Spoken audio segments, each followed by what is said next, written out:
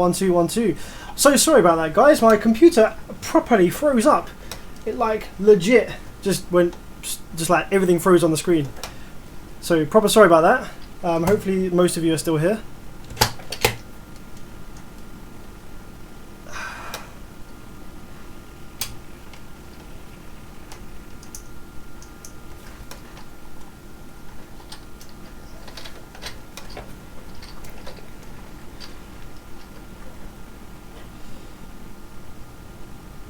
Yeah, sorry about that, guys.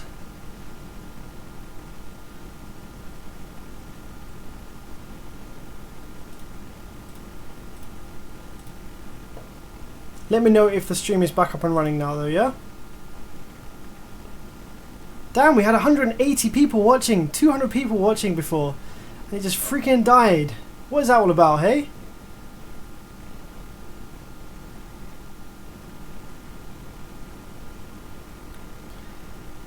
Let me know if this is still working, guys, please. Just give me a thumbs up in the live chat. Let me know it's working.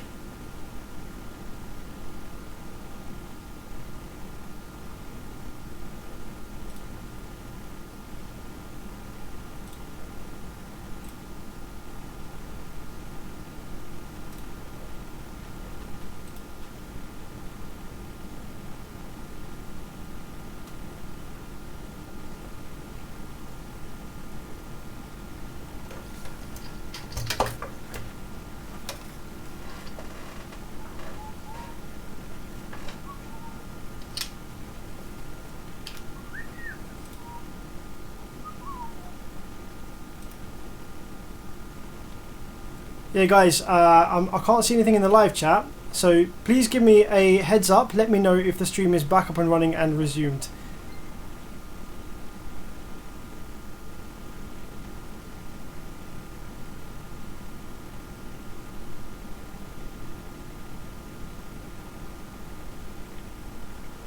A couple of people saying welcome back, so I assume it's working now, okay? I'm just going to make sure that the stream is working now.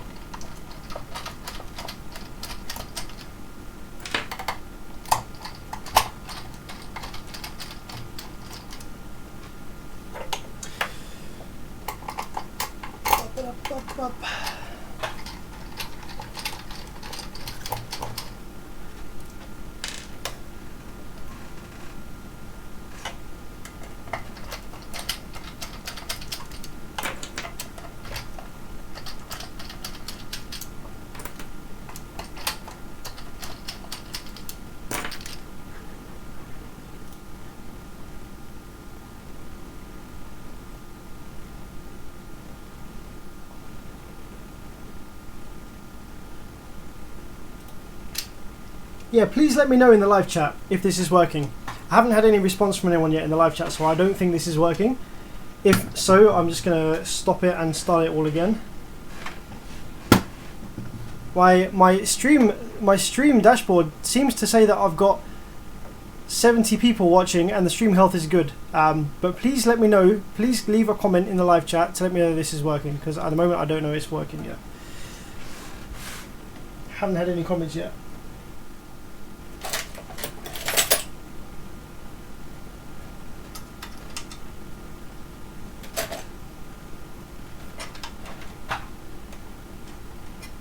Okay, I don't think this is working because we've got nothing in the live chat.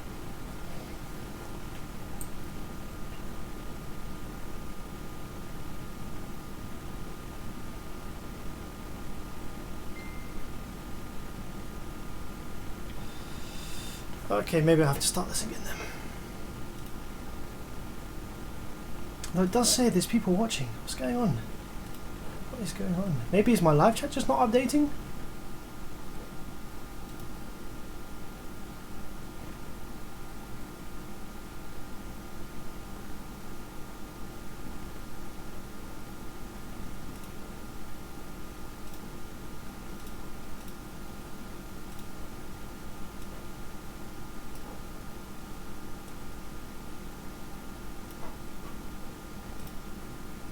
Chat is disabled for this live stream. What the hell is going on? Bear with me a minute, guys. If you are watching this, I apologize, Bear with me for 1 second while I figure out what is going on with this. It says live chat is disabled for this live stream. And I'm not seeing any of your comments. If you are sending comments, I apologise, I cannot see any of them.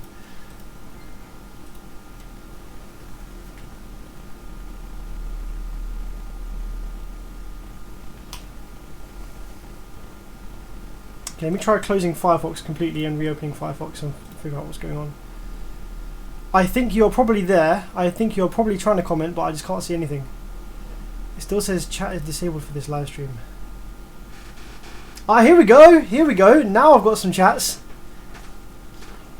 Now I've got some chat. Right, yeah, that was what was happening. So you were chatting to me, but I just couldn't see it. Come on. Hey, here we go. There we go. Right, now I can see what you're saying, and thank you very much to everyone that did comment, even though I couldn't see it. Okay, let's get on with this amplifier then and see what's going on with the drive circuit. Anyway, what was I chatting about before the stream died? I'm so gutted. I am gutted, right? Because my computer crashed. Just at the moment, I had 200 people viewing this stream. That is a record for my live streams. So obviously now, the stream ended, so a bunch of people would have been like, stream's over, and gone off and done something else. Oh well, never mind, hey, never mind, hey. Yeah, if any of you guys are messaging me on Facebook, obviously I'm not able to check my phone right now because I'm in the middle of a stream, so... What was I saying about reactive loads on the subwoofers? Yes, anyway, before my stream crashed, I was saying that, yeah, if you've got a 5K amplifier and you want to make sure you're not sending 5K to your subwoofer, then don't worry too much because you will have impedance rise. And impedance rise will raise your nominal load of 1 ohm up to something. And it depends what that something is based on your motor force and your box specifications and inductance of the coil and all sorts of other factors. So when you run a 5K amplifier, provided you're not going into clipping, you will never be sending 5K to that subwoofer. Don't worry about that. Usually 3.5K clamped is about the right amount. So provided your subwoofer can accept 3.5K clamped continuously, then you can run your 5K amplifier generally up to clip point and you won't be sending much over about 3.8K to the sub. But the only way to know for sure is to get a clamp meter and actually measure the power properly.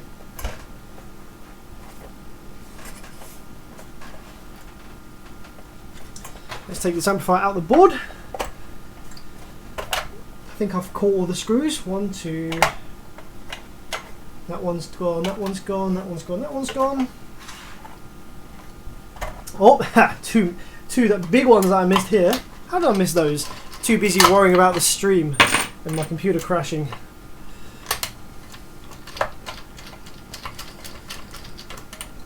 Do you get paid for fixing amps, like for each of the lot? I don't know. I'm invoicing these amplifiers based on per unit. Yeah, because obviously this is a company that have sent me a massive batch of amplifiers, it's going to be much different to if it was just a regular customer sending me one amplifier. So obviously for a company sending me a batch load of work, the per amp repair cost will be lower than if it was just a single customer. That's kind of just how business works, I guess.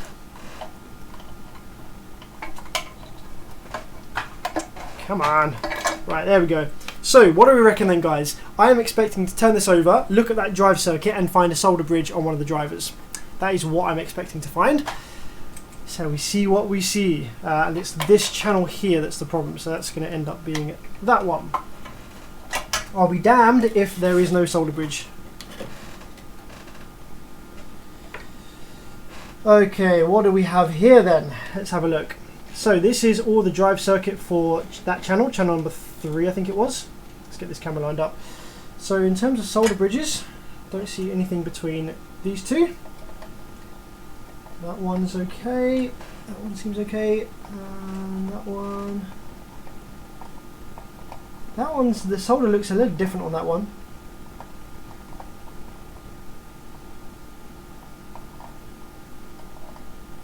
Doesn't appear to be any bridges there, or there. It could also be poor soldering, like, you know, not making a decent contact. One thing that you can do is go over each of these transistors and check for continuity. Just make sure that there aren't any like invisible solder bridges that we can't see or any shorted transistors themselves. Let's go over these just really quick. Just looking for continuity. Like I say, these amplifiers are brand new, so it's going to be unlikely that we're going to be having any straight up dead transistors or like damaged parts, because these are all brand new returns. So it's going to be something simple like a manufacturing defect, I imagine. I can't immediately see anything too untoward. I'm going to grab my soldering iron and reflow a couple of these, just in case the solder's not making a good contact.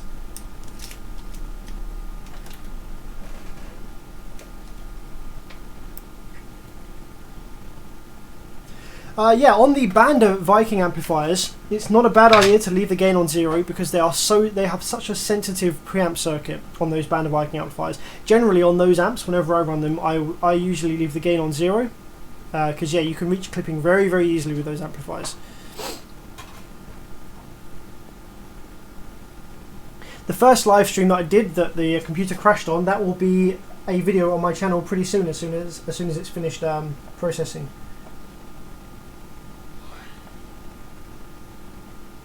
Oops, that's the wrong area. I was reflowing solder in the completely the wrong area.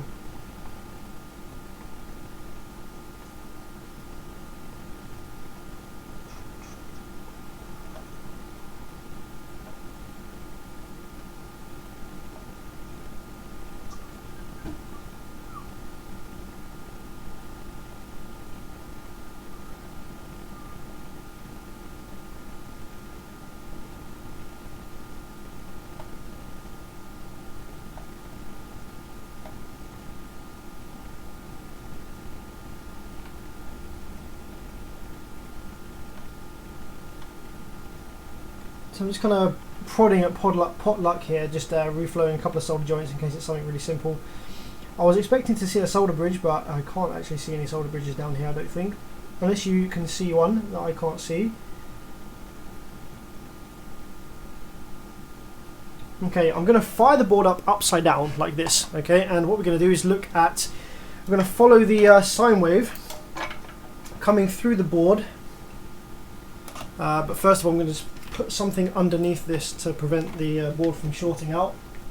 What have we got? Where's my piece of wood gone? There's a piece of wood there somewhere. Let's put this, here we go. Let's take the heatsink away and put the board down on the phone. There we go. So let's plug the power wires back in. I'm going to power it up and we're going to see if we can follow the sine wave through and see if we can tell where it goes bad. With a Class AB amplifier, it's not always that easy to do this because the sine wave doesn't follow a linear path through the board. It kind of goes all over the place to various drivers and stuff. Like, it's a bit of a night. It's not as simple as following the signal from path A to B. But I'm just going to do it to see whether I can get any rough idea as to where the issue might. Like, I just want to pinpoint the issue down a little bit rather than just changing every part. These amps aren't worth a great deal, so I've been told not to spend too long on these amplifiers. If the fault appears to be a bit more complex, I've been told just to write them off. But it's always interesting when I'm doing a stream to, you know, see if we can actually find what the problem is, because it helps you guys out if you're ever working on similar amplifiers. So let's turn it back on. Let's bring this up a little bit so we're working on this section here.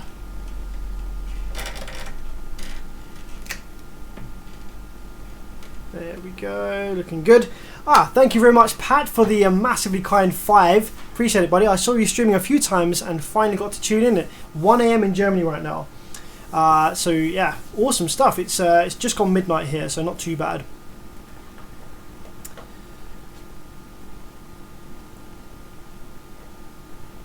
Yeah, not all these amps are tested before they leave the factory. There's too many, so a small percentage of them will be tested, but they can't test all of them. Big's score thinks it's a bad resistor. Could very well be. Sam, can you tell me, are there any major differences between troubleshooting Class AB amplifiers and Class D? Yeah, huge differences. Unfortunately, I can't go through those differences just now because it's too long, but the differences are huge. Do you repair rack-mounted amps as well? No, only car audio for now. So let's power this up and see if we can follow some signal going through. Got to plug my RCA cable back in. Which one was channel 1 and 2? 1 and 3. What have we got? Channel 1 is going to be this bottom one. What are we doing? Channel 1 is going to be... What are we doing? Just have a look at which channel. So channel 1 is going to be the bottom right hand side. Okay, cool.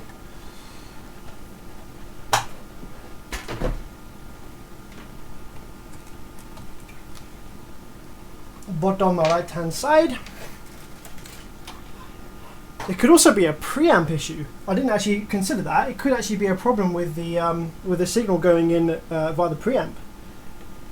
Could actually be a solder bridge over at the preamp. So let's just have a quick look at the preamp section. I didn't even consider that.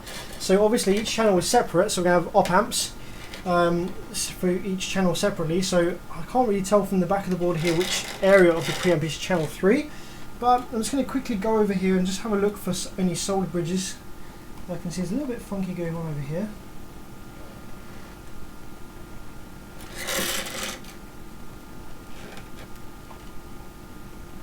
There's a hair on the board just there. Hang on a minute.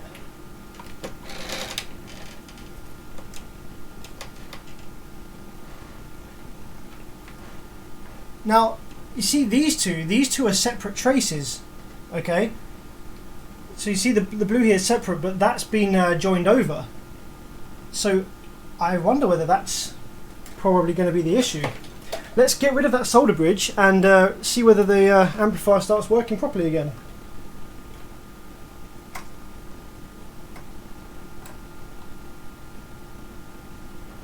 Let's wait for my iron to heat up.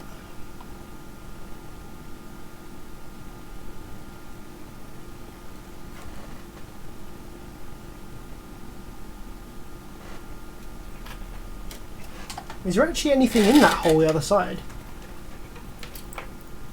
No, that's an empty hole the other side. So that doesn't actually connect to anything. That one that it was bridged to doesn't actually connect to anything, but yeah, it doesn't look like that was supposed to be bridged over just now. Interesting. Alright, well let's power it up and just see if that's made any difference. I'm not massively convinced that that was the problem, but it'd be cool if it was.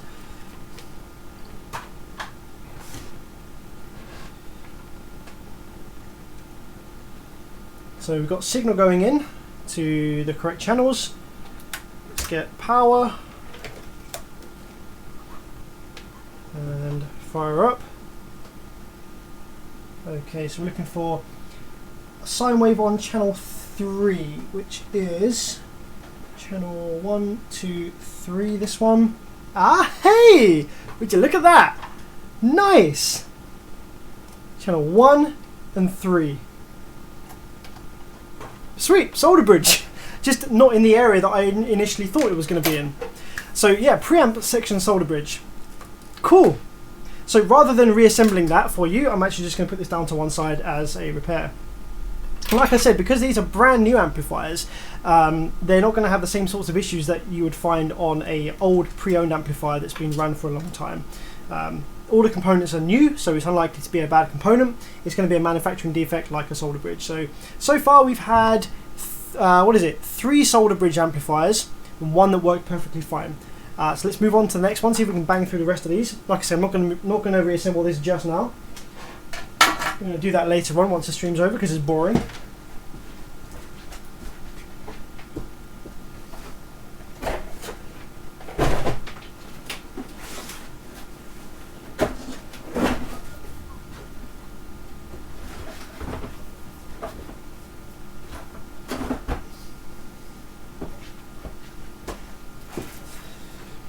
Okay, here we have another one of the smaller 4 channels, and the first smaller 4 channel worked fine. So let's give this one a quick check. Actually, before I on this one, before I unscrew the amplifier, I'm actually going to power it up first. I'm just going to make sure we don't have any continuity between plus and ground. No, we don't. That's good. I'm going to power it up first before I take the back off, just in case it works fine. I actually got a message from one of the guys who works for the company that sent these over, and he said that if the amp has a missing fuse, it means that he has tested it out himself to confirm the fault. So this one doesn't have a fuse missing, so it's possible that it hasn't been tested by the company, so it is possible that this one could work fine. Actually, hey, this is really bad. Look at this. I wonder if I can show you this. So look at this, right? So you've got the two fuses here, right? That's all the way in. That's all the way in, and it literally just falls out. That literally is just not even clamped in there properly at all. It's just like loose in there. So I'll have to fix that. I'll have to squeeze those clamps in there a little bit tighter. But just for testing purposes, that will be fine.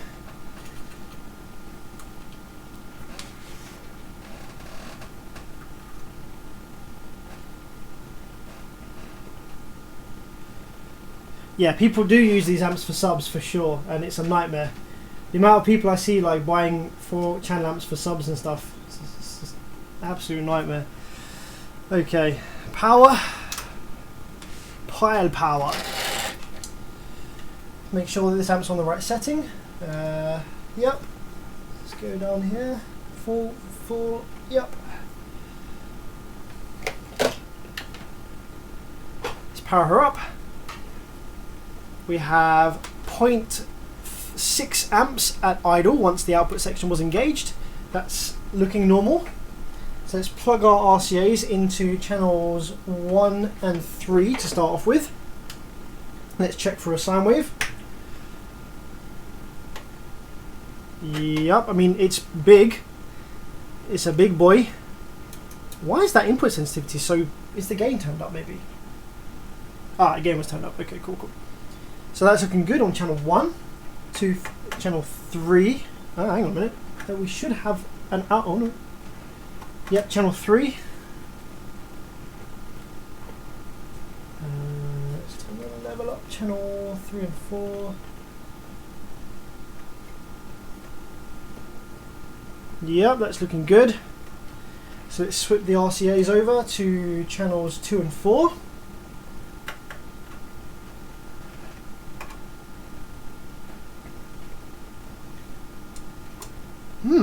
Actually, you don't seem to have anything on channels 2 and 4 here.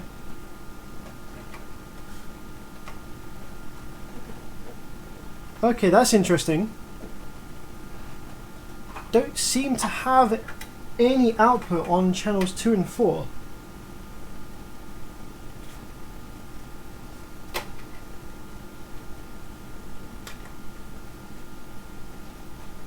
So I'm just going to confirm 1 and 3 are good.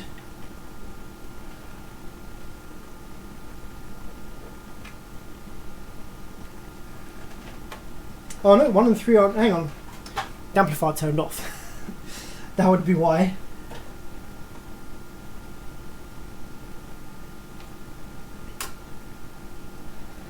Come on now, behave. This is my janky like throwing the wires into the terminals quickly to test it.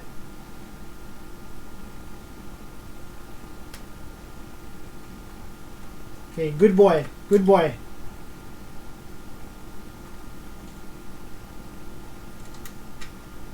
A bunch of these amps are missing the grub screws, so... Okay, channels 1 and 2. Sorry, channels 1 and 3, here we go.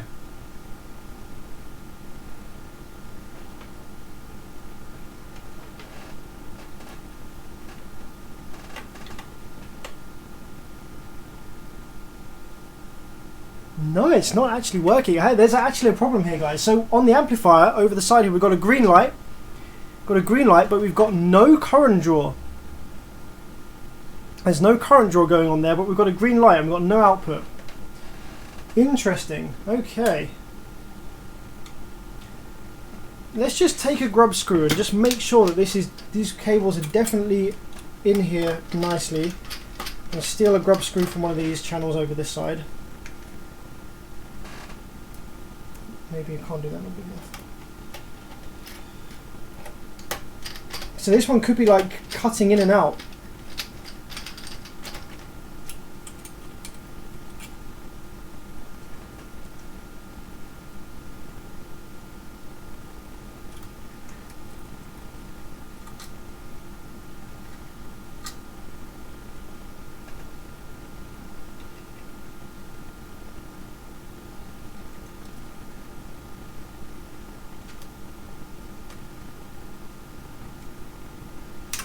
Okay, let's try again.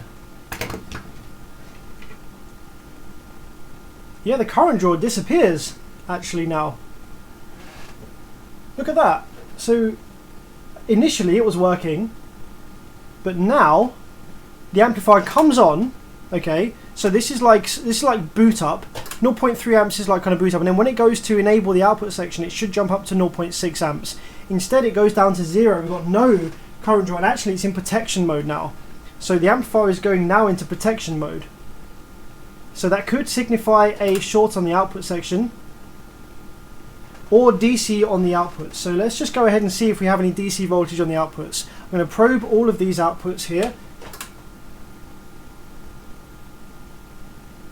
Oh yeah, there's some DC bumping around on channel number 1. Did you see that just there?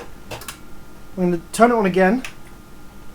There's a whole bunch of stuff going on channel 1. So let's just check to see whether that DC could also be on the ground of channel 1. It is, yeah, there's some DC going on the ground of channel 1. Channel number 3. Is it on all of these? Yeah, it's on all of these.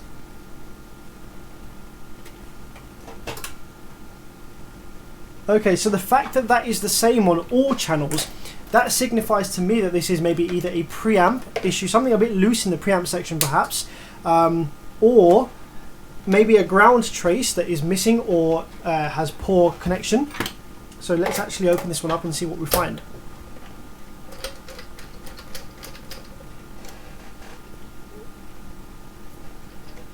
Someone suggested it might actually just be loose fuses. I don't think so, because the amplifier is still getting power. Like we only need 0.6 amps to power this baby up, so I don't think it's going to be loose fuses. But just to entertain you, I will wiggle the fuses around and power it back up and see if that makes a difference.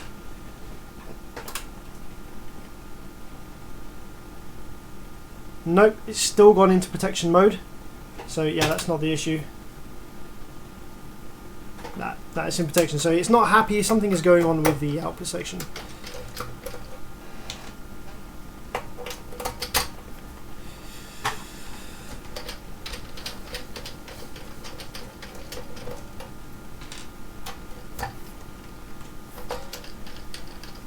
Is there any risk of running the Band of Viking 10K at 15.2 volts of lithium? The Band of Viking amplifiers, they at 14 volts, the voltages inside are already quite close to the high voltage limits of the MOSFETs and capacitors inside. I personally would avoid running those band amplifiers anything above 15 volts. You can do it. I think their protection kicks in at 16, so you can do it, but it will, in my opinion, just make the life of the amplifier shorter. Okay, let's see what we've got going on in here then. So what I'm going to do first is I'm actually going to just power it up again and wiggle some things around and see whether it's like something that's loose perhaps. Because it did power on first, and we did get a sine wave at first, didn't we? We did actually get some output, so it's possible that maybe just one of these connectors wasn't pushed in properly, or something's like a little bit loose in here. So let's power it up again and just play around inside a bit and see what happens.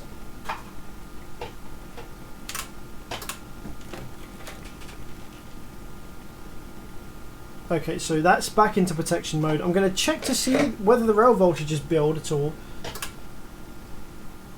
So here we go. This is interesting. Okay, so when we fire the amplifier up, the rail voltages build. Okay, and it's only when the amplifier comes into like kind of activation. So the rail voltages build, and then when the drive circuits activate, that's when it goes into protection. So we've not got a short or anything.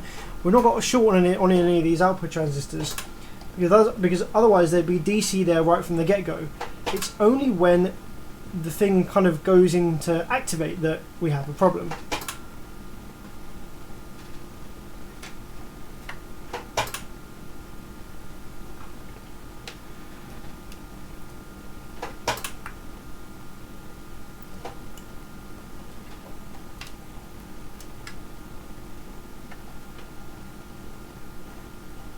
This resistor is soldered in really, really high compared to the rest of them. Not that that's probably going to be an issue, but this one I'm a bit more worried about, because if it was something like a soldered bridge, I don't think it would have powered up to start with in the first place. Yeah?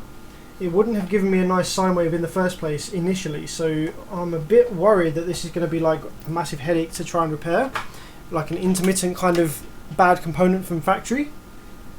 Oh, here we go. Look, we got it's turned on now. It's actually turned on now. Look at that, 6 amps. 0.6 of an amp. And what I did was I trampolined the center of the board here. So let's get something plastic that's non-conductive.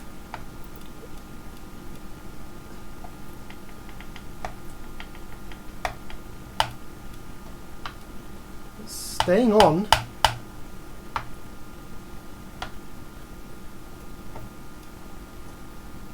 I put my finger, like I bounced the middle of the board out. I don't know what camera I had active when I did that, but it is currently staying on. And doing this, bouncing this around, isn't changing anything. It's not sending it into protect mode. Let's just check DC on the speaker terminals while I do this.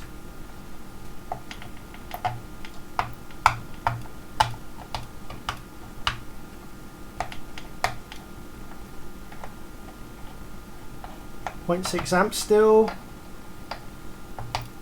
Could just be a poor solder joint or something.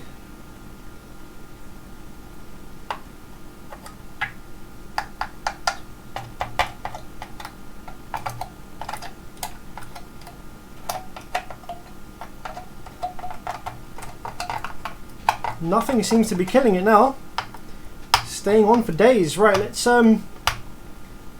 plug some RCA signal in it then and see whether we get any output on all channels now.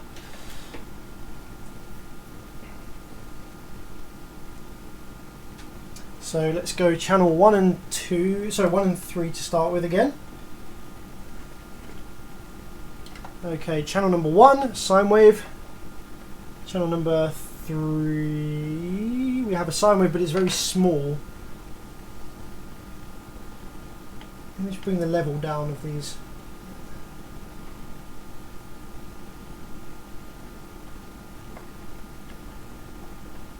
So it's all the same. Okay, channel number 1, increase amplitude to clip point. Channel number 3 is there. Okay, channel 2 and 4. Channel number 2. And channel number 4. So channel 2 and 4 still don't have anything on them. So there's still a problem with the amplifier. Channel 2 and 4 are still no good. So it's probably poor soldering or something missing on the board again underneath. So I think we should pull this up and have a look and see what the jam is. We've got markings on the board over here. This is labelled up as channel number 2.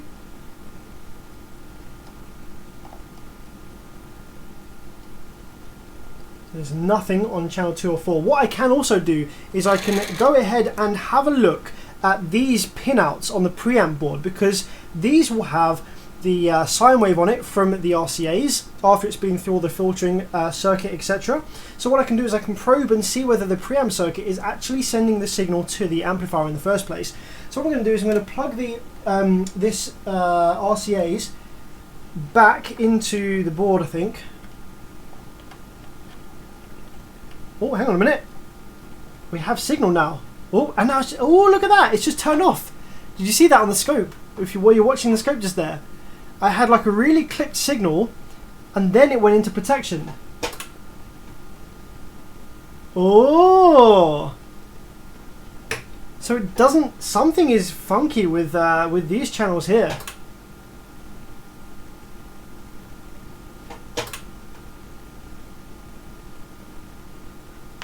It's going back into protection mode now. So let's give the board a flex again. Let's give the board another flex and see whether that does anything. So it's off at the moment, and I'm going to power it back up.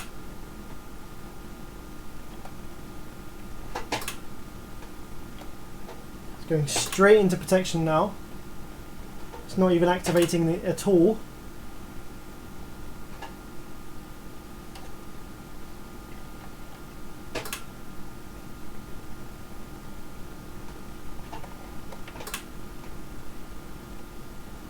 it's interesting. This time it's going into protection, but there doesn't seem to be any DC on the outputs. I'm just sort of probing the outputs over here, and there doesn't seem to be any DC on it this time. But it's still going off into protection mode here. Let's remove the RCA. So what did we do last time? We removed the RCA. Give it a bounce around. I'm going to keep powering it up, and just to confirm.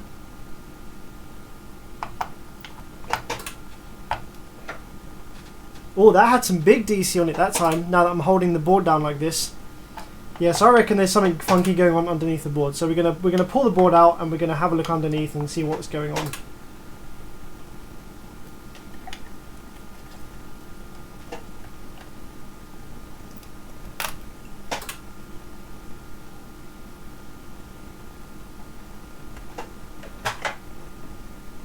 Oh, hey, that's a really good idea. Jack the Ripper says ground TL494 pin 3 and see what blows up.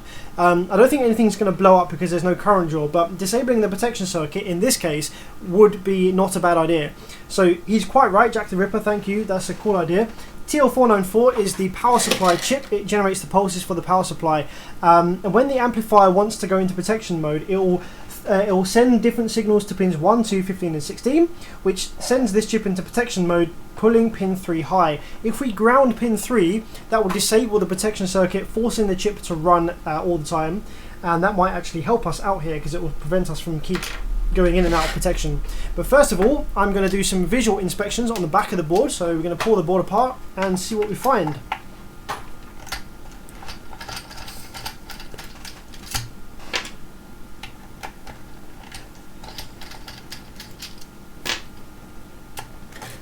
Have a look at some live chat reel here. Hello from South Africa, how's it going? Good to see you.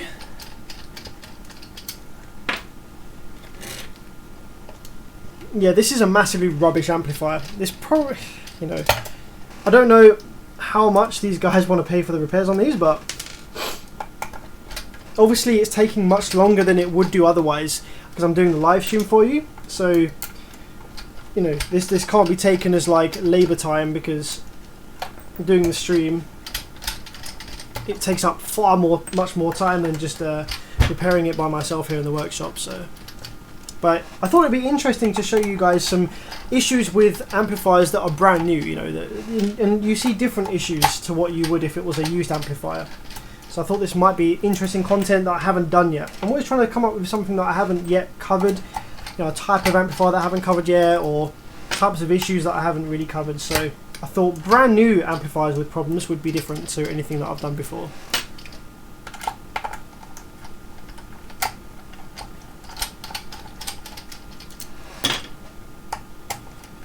Someone asked me, what kind of function generator do you use? I use this really cheap Digimess.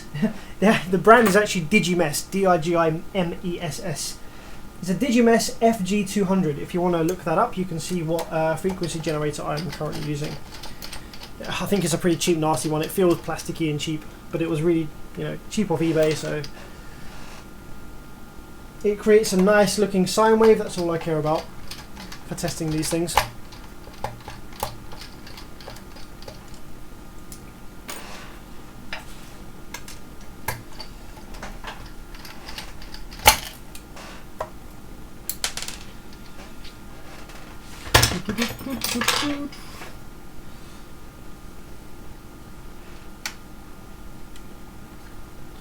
No, I've got a feeling this camera is actually not pointing at the optimal location. I think this camera should be probably pointing more like upward, perhaps, so that you can actually get a view of the amplifier. That's a bit better, hey? Maybe if do I zoom out a bit more, maybe? That's probably a slightly better view actually there. Let's get rid of this light a little bit. You can see what I'm doing a little bit clearer there.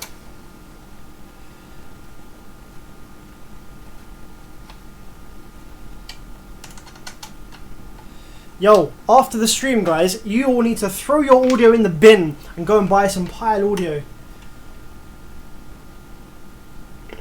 That's what they're saying in the live chat anyway.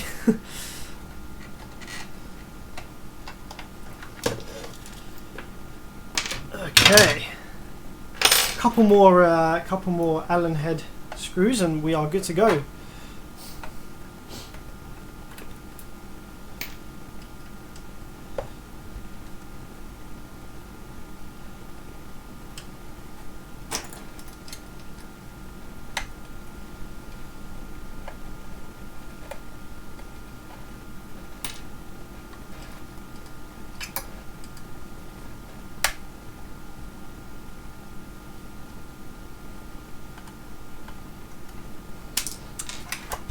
Alright, out she comes.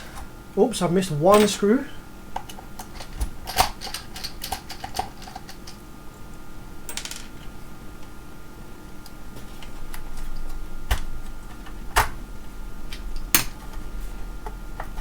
Oh, and I'm probably going to have to remove the RCA's grub as well.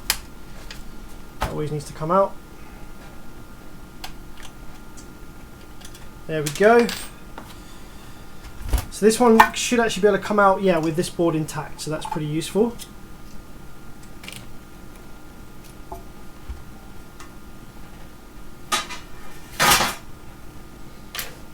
Alright then. Let's flip her over and see if we can see anything untoward on the back here. So yeah, I noticed, well, I don't know if it was just by chance, but when I flexed the board, it did seem to bring it back to life a little bit. So the whole board in this case is flexing. So it's going to be difficult to kind of pinpoint where that flexing is having, you know, is helping and where it's making or breaking a connection. But just like before, I'm going to go ahead and look over the board and just see if I can see any obvious kind of poor solder connections or bridges. And I'm going to take my soldering iron and heat it up and just sort of like reflow any things that I see that look a bit dodgy. Any bits of solder that are too close to one another perhaps. Or any that look like they're missing solder.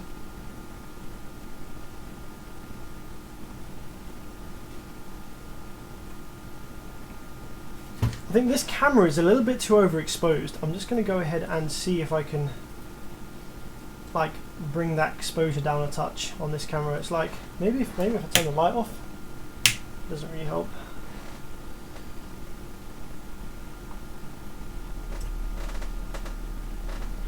Okay, let's have a quick look then. I'm not too happy with this here. There's a solder connection over here that looks a bit close to the thing next to it that it shouldn't be connected to.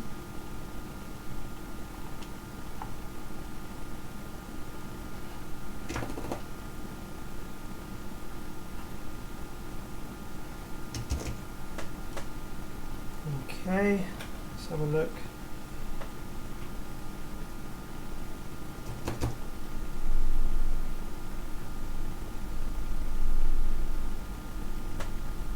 So remember, this is happening to all 4 channels, okay? So it's unlikely actually to be an issue that is in any of the 4 channels drivers areas. That DC bump is occurring on all 4 channels all at once. So it's going to be something to do with the way the rail voltage is building or the preamp circuit.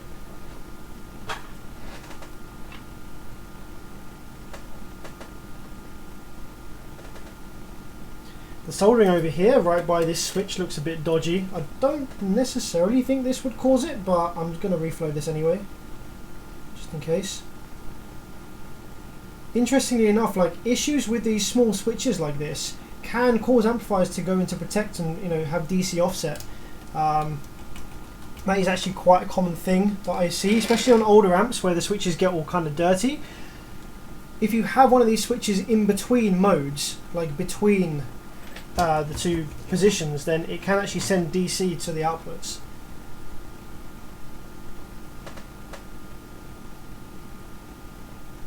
So I'm just going to reflow the legs of some of these here. Bridge. Ah! Hang on a minute. Do you see what I see? What is going on here? I don't know if this is the cause, but I'm just going to spin this round so you can see it a little clearer. Let's get my finger and put it on the issue. So there's actually 2 components here where through the board their legs appear to be touching. It's like they're doing a kiss. Mwah! See that there? They're like bent over towards each other and potentially touching. So by actually flexing the board, I might be making and breaking whatever that is. So let's bend those away from each other, and that might be the issue because that is in the preamp circuit. So that could be causing a problem. Yeah, look, that was actually kind of like a bit of wire on there. So I'm wondering whether that was maybe the issue.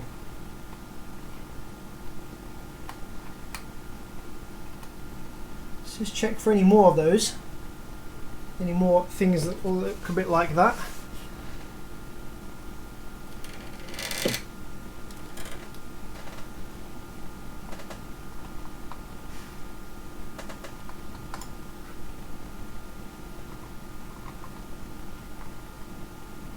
No, it's kind of quite lucky that I spotted that. That's the sort of thing that could go unnoticed, and you could just be like working on this amplifier for hours, not knowing what's going on. Why is it doing this thing? I can't find any broken components, and then like hours later you see a little component bent over on the other one. Alright, now because this amplifier has been kind of coming in and out of protection, if I power it up now and it's not in protection, I won't necessarily trust it straight away, because it could just be like potluck chance that it's deciding to not protect at the moment, and that wasn't actually the issue. But looking at how that was, I imagine that probably wasn't too good. Might have been causing the problem there. I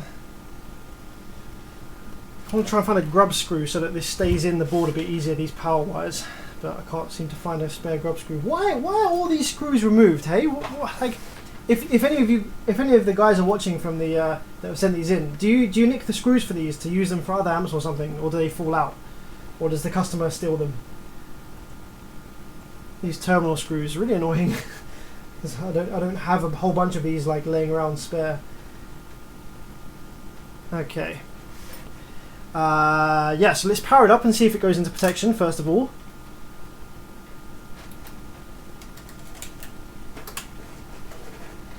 Three amps there. Oh, it has still got into protection. Damn! Bugger!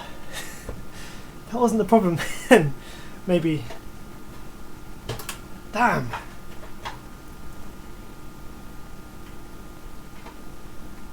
Okay, what's going on the output section now then? You have some DC. A little bit of DC bump there. Okay. Ooh, something else maybe I spotted just now. Something else maybe I spotted that doesn't look too good.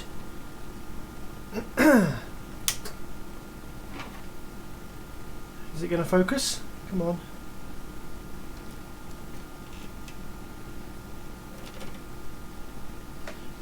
What's this? What's this, eh? Little piece of wire. Could be something. Actually, that looks like a little burn mark on the board there. A bit of flux. Okay, so it could have been that. Let's look over the rest of it, see if we can see anything else. This is most likely going to be a sort of simple issue, like a solder bridge, like the sort of things that I'm looking for, because it's a brand new amplifier, so it's not going to be a like overdriven issue or anything like that. If I can't seem to find it, I'm actually going to do the idea that someone mentioned in the chat, which I should have thought of already, which is to ground pin 3 of the TL494 to force the amplifier to stay on and not go into protection, and see if I can see where the DC offset is actually coming from. So it's unlikely to be in the driver area. It's most likely going to be in the preamp section.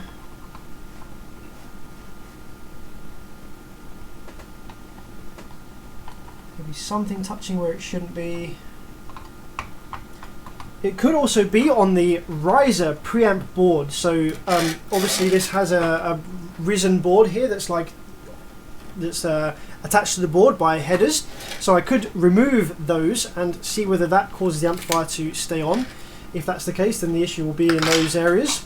So I'm just going to try powering up again, just out of interest.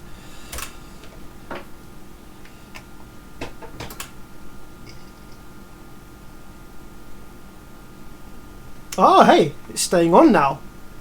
The most recent thing I did was remove that little strand of wire. And the thing that tends to kick it into protection last time was trying to feed signal into channels 2 and 4. I'm just going to turn the voltage up to about 14.7 here and power it up with a higher voltage, see if it likes that. Yep, it stays on with a higher voltage, okay. Let's take that back down to about 11 volts. Now let's do the thing that it hasn't liked yet so far, and that's plugging a signal into channels 2 and 4. Which is, at the moment, looking like... channel 2 is the top right-hand side.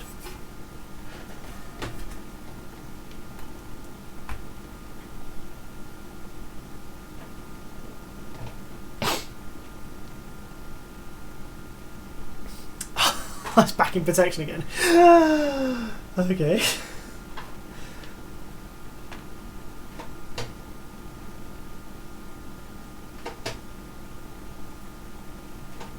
So is it something to do with signal on channel 2 and 4 then?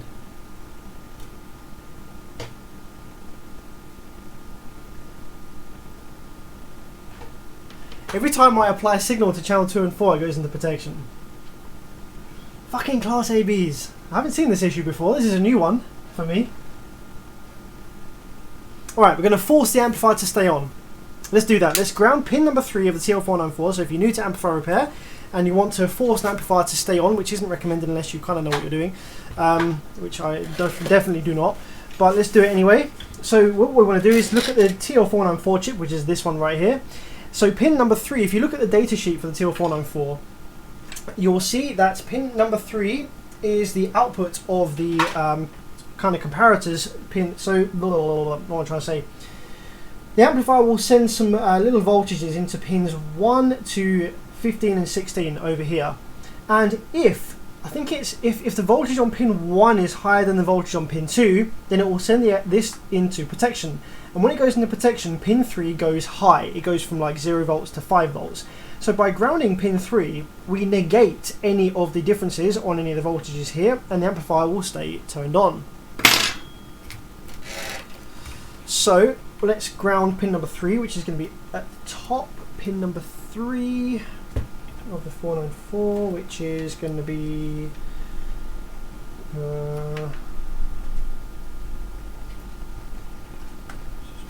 where's the chip?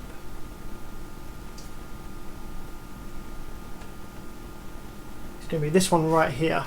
Okay. So I'm going to send that to ground with a little jumper cable.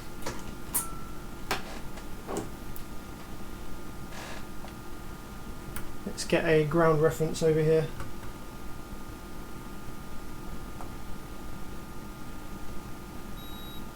Okay, we've got ground just there, but I think I've got a long enough little bit of wire to go all the way around to ground, so let's take our soldering iron. Force the amplifier to come on. We don't need no protection up in here. Let's force this to come on, and let's force it to show us its problems. Tell me your issue, I will force you to. Damn it. Freaking hate these single-sided crappy boards. They have no solder rejection on the board itself. Decent quality PCBs like JL Audio, the solder rejection from the board is exquisite, which means that you don't get like bridges really easily. But these cheap boards, you get bridges all the time, which is why there's a bunch of bridges from the factory, hey?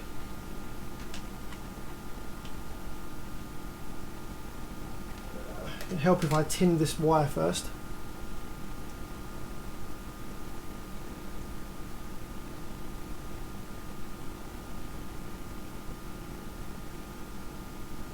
There we go. That'll do, one-handed. Focus!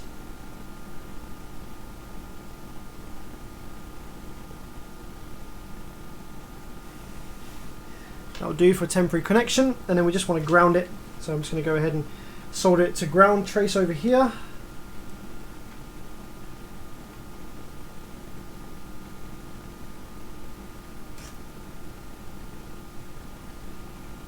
Just real quick and nasty. Doesn't need to be high quality. Get in there. There we go. So now the amplifier should stay on and not protect. So we're going to flip her over. Plug everything back in. see, so I imagine the amplifier will power up and not do anything bad to start with, because it only seems to protect when we apply a signal to channels 2 and 4. So I'm going to turn it on first, make sure that it's happy, make sure that we don't get DC voltage on the outputs. Then I'm going to apply the signal to 2 and 4 and see what the output wave looks like that it's trying to protect against. Burp, burp, burp, burp. Speaker terminals. So yeah, this shouldn't go into protect now. No, it doesn't. So we don't have any DC on the outputs. That's good. Channel 4, channel 3, channel 2, channel 1. They are all clean. Excellent stuff. So let's plug our signal in and see what happens. So this should be channel 1 and 3 to start with. I just want to make sure that it still makes a sine wave on 1 and 3 where it was before. Yep, that looks good. Sweet. Channel 1 and channel 3 have a sine wave on them. Oh, hang on a minute. What the frick? Why does... Why does channel 2 also have a sine wave on it? That's not how this works. That's not what should be happening right now. So I've got signal going into RCA channel number 1. Okay. See there, I've just got a single RCA going in. Now this amplifier has a mode where you can turn it onto 2-channel mode, where it just duplicates the input signal from channels 1 and 2 and duplicates them onto 3 and 4. So with one RCA plugged in, I should only have a output sine wave signal on channels 1 and 3. At the moment, I appear to have one on channel 1, channel 2, channel 3, and that's it. So 1, 2, and 3. So basically, that is probably going to be our problem. Something is jumping over the signal from... But it changes with the switch. Alright, let's have a look and see what the switches are.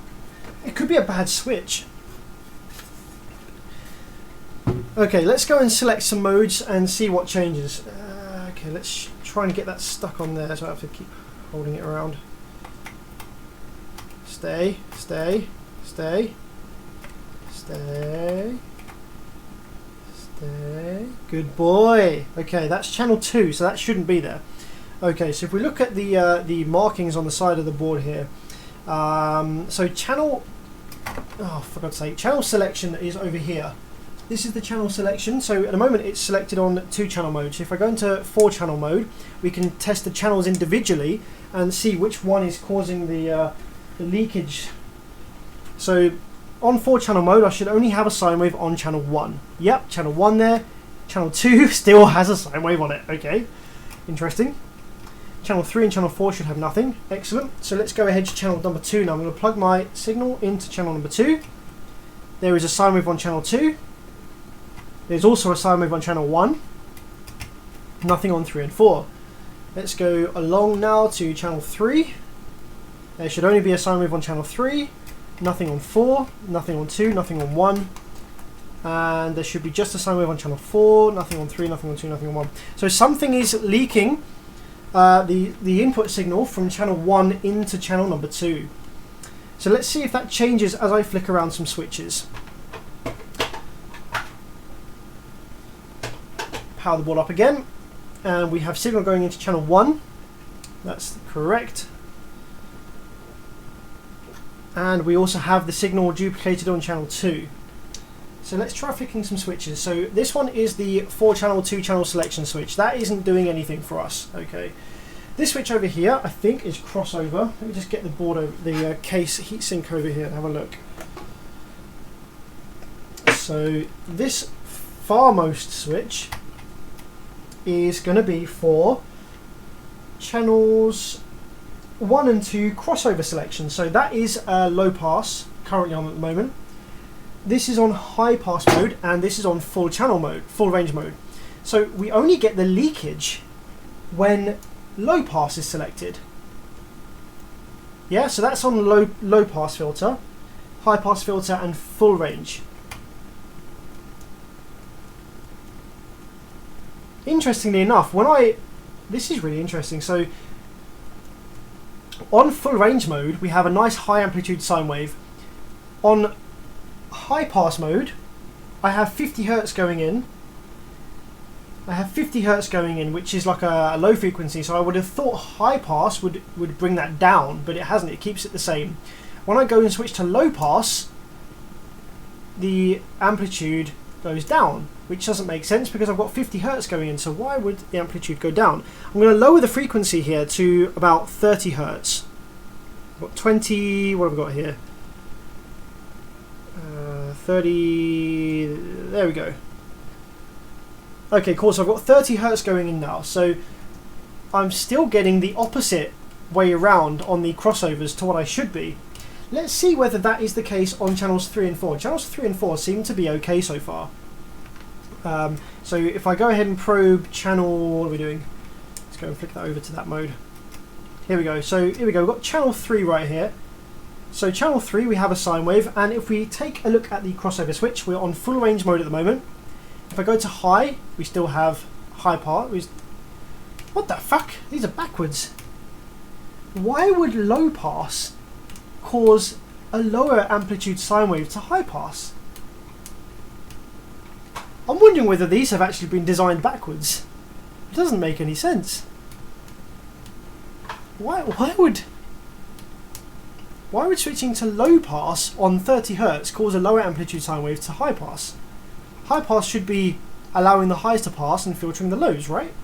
Let's try turning the high pass up. So we've got 15 Hertz on the high pass. Okay, so that does work. That brings the sine wave amplitude down by increasing the high pass. Okay, that's how that should work. Let's switch it now onto low pass, and let's play with the low pass. So the low pass filter, the bottom end is 60 Hertz. So I'm going to ramp this up to about 60, 65, 70. I'm going to make sure that the low pass filter is working as intended. So by increasing the low pass filter here from 60, yep, that's working fine. That's how that should work.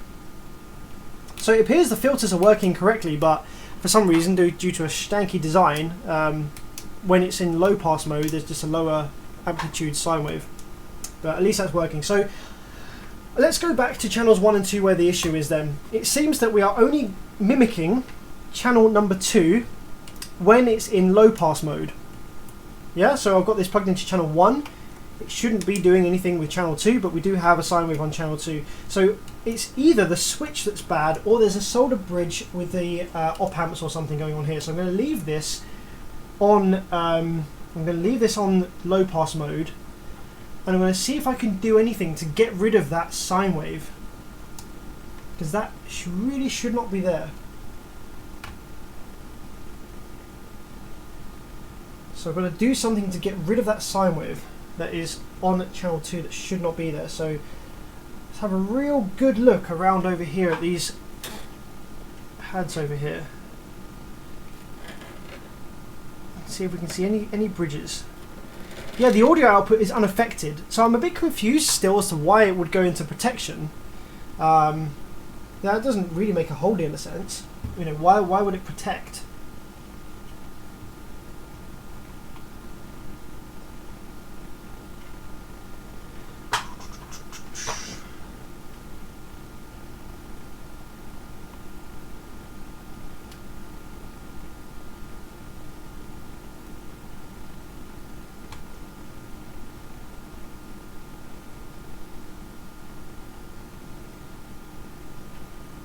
I'm wondering whether maybe one of these screws might be done up too tight. No, there's no traces under there, is there?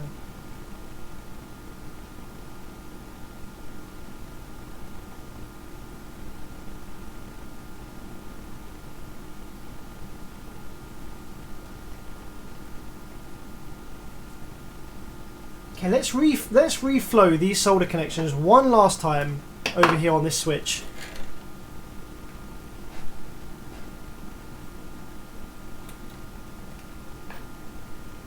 Camera is terrible for focusing, man. Jesus, come on. There we go.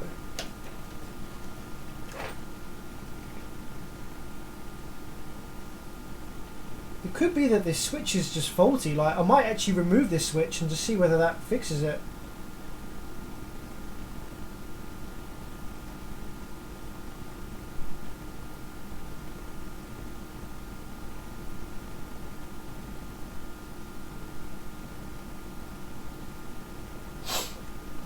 Now luckily we do have another, like I say, we've got more of these amplifiers that I can compare against, and the input circuits are, the preamp boards are going to be pretty much the same.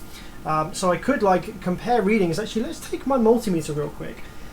Let's make sure that we don't have like any continuity on any of these switches where we shouldn't have. So these two channels are both going to be identical, alright? So this switch pad over here for channels 3 and 4, this is working fine as intended. So let's just see what type of continuity we've got in, let's have a look. So we've got on full, no, let's go to low pass mode, which is what we are on in the other channel.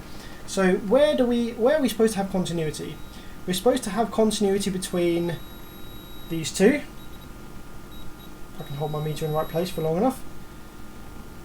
So it looks like we're just supposed to have continuity between these two end ones. We're not supposed to have continuity between any of these, just these two end ones. So let's go ahead and look back at this switch over this side.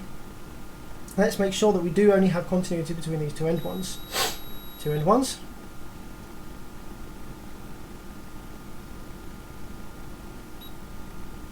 Nope, there's no further continuity.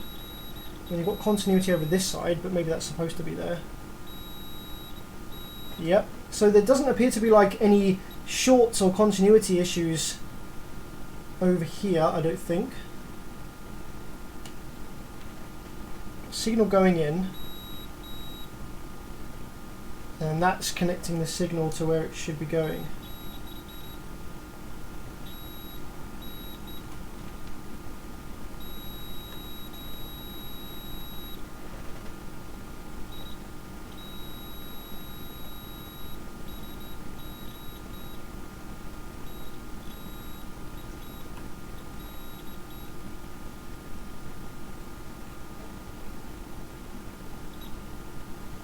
Okay, let's power it up one more time and just see if reflowing the solder connections around there again has solved anything.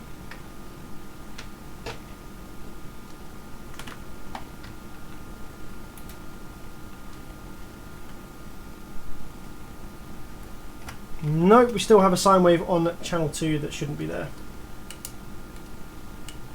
Really, really strange. Why you do this, eh?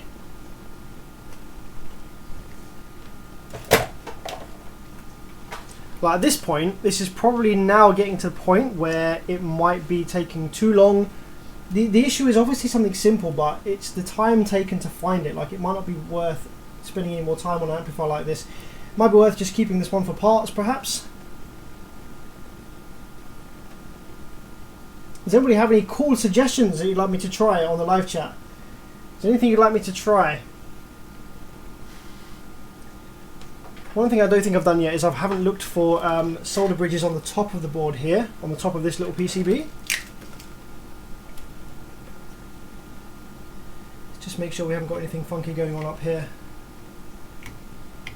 Oh, hang on a minute, there was possibly, no, I was going to say possibly a bit of solder between these, but maybe not.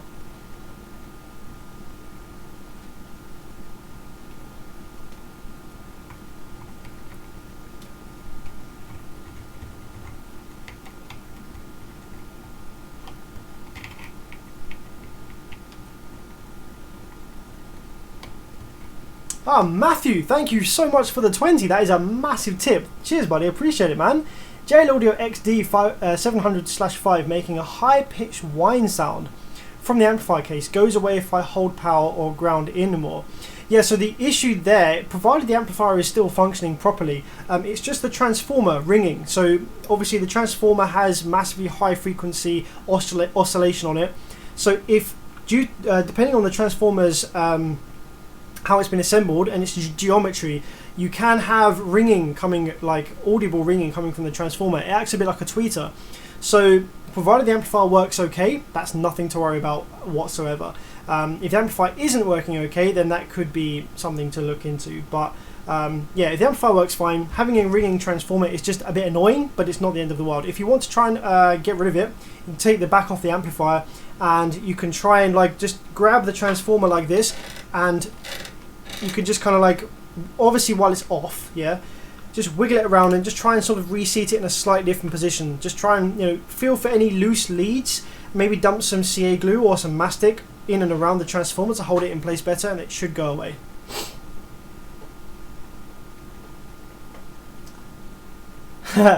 Throw it against the wall, good riddance. Yeah, absolutely, I agree.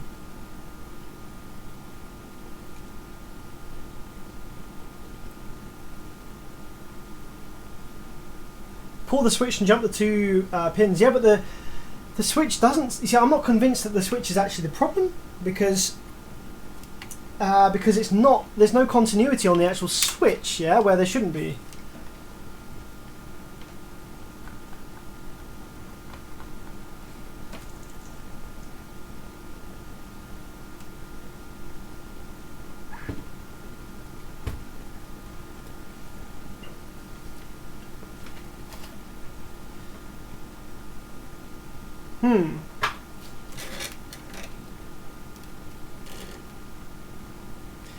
Matthew says previous owner had it mounted to enclosure.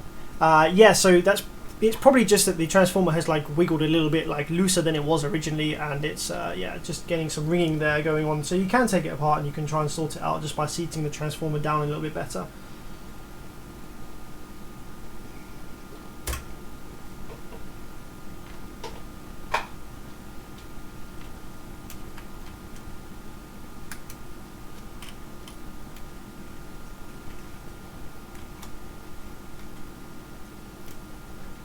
Okay, what I'm doing now is I'm just looking for where the audio for channels 1 and 2 comes from on the preamp board. So as you can see here, we have a sine wave here, and we have a sine wave...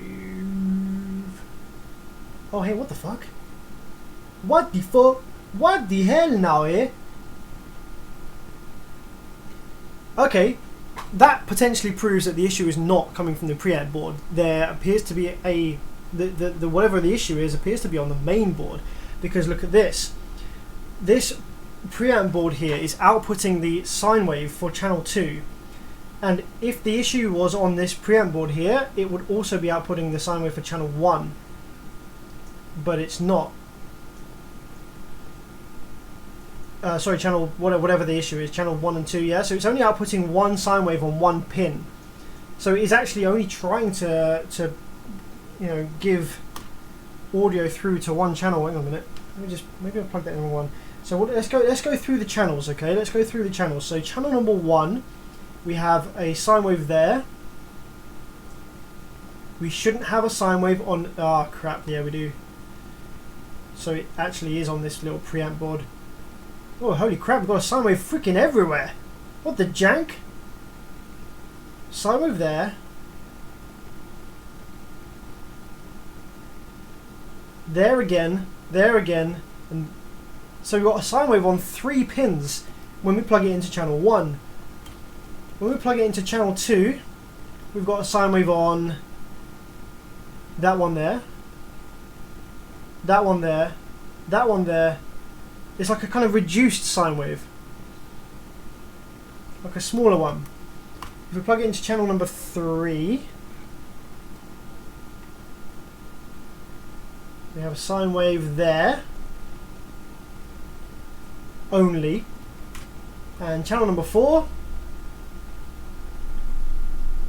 we have a sine wave there only. So yeah, channel 1 and 2, we end up with this kind of really little, like really small little oscillating sine wave on a bunch of these pins where I don't think it should be. So this is clearly going to be channel 1, I think. I think this is the clear raw output of channel number 1. We plug in channel number 2. That's these are in order. Channels 1, 2, 3, and 4. Yeah? 1, 2, 3, and 4. So that should now be number there. That's number. What's that? Number 3 is this one. Number 4 is going to be this one. So okay, they're slightly out of order, but I think that's going to be our 4 channels of output audio. But when we plug into number 1, we get this little baby like oscillator here. Really interesting. This other header over here, this is going to be our voltages inputting into the board, I think. So we've got plus and minus 9 volts, probably going to be plus minus 12 volts really. Plus 9 volts, minus 9 volts. We've got more signal, more random wobbling of RCAs. Ground, ground, ground.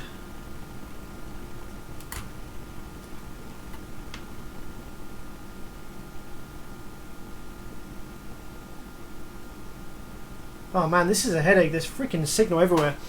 Again, this is why I hate Class ABs and I hate working on preamps. So at this point, I have no idea what's going on. There seems to be like signal on a bunch of pins that doesn't make sense. There's like signal on more pins than there are channels. So I don't freaking know. Let's write this one off. It's a cheap ass crappy amplifier and we spent too long on it already.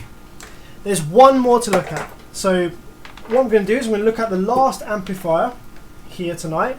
And then I think, what is it now, 1:15. Probably going to have to lock off the stream after that. But stay tuned to the channel because I think what I'll do is I'm going to be releasing a video soon with a summary of some of the cool repairs that I've been doing recently. I have edited this video mostly already. It's got some really cool, interesting repairs that have different faults to what you're usually used to seeing. And because it's edited, it's all like really quick to follow. You know, you haven't got like a bunch of stuff halfway through the stream where I'm just like tightening screws up. So I'll be releasing that video soon, and I should be including in that video some random other stuff repair, like I said, Nintendo Switch console repair, computer motherboard repairs and other stuff like that, so you can see a bit of diversity.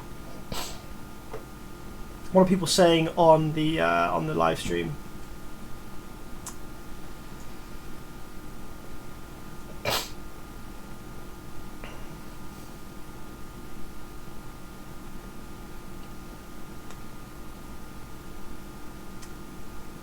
Take a break, tea and crumpets. Not at 1 AM, my friend, even though that would be pretty good.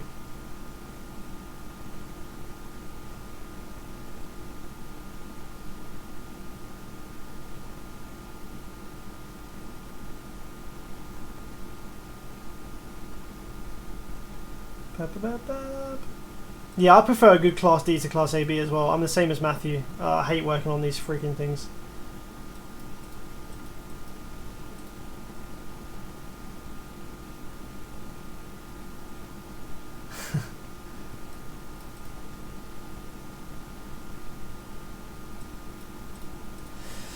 Yeah, okay, so let's move on to the next one. Maybe I'll come back to this in my free time and just kind of like look at it with a fresh head. What I might actually do, I wonder whether I can do that just now. Are these preamp boards the same?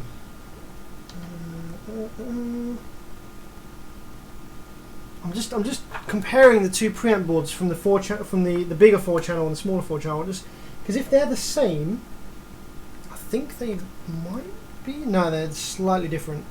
I was going to say, if they're the same, I was going to try taking preamp board from one and shoving it on the other. But they are slightly different. There's a couple more pins in different places on the bigger one. Alright, I'm going to go get the last one of these amplifiers. This will be the last one of these cheap Amazon return repair amplifiers for this evening. And if that one's one of the smaller 4-channels, then I might just be interested in taking the preamp board out of that one, shoving it in here just to see whether it's actually the preamp board that's the problem or something leaking on the main board.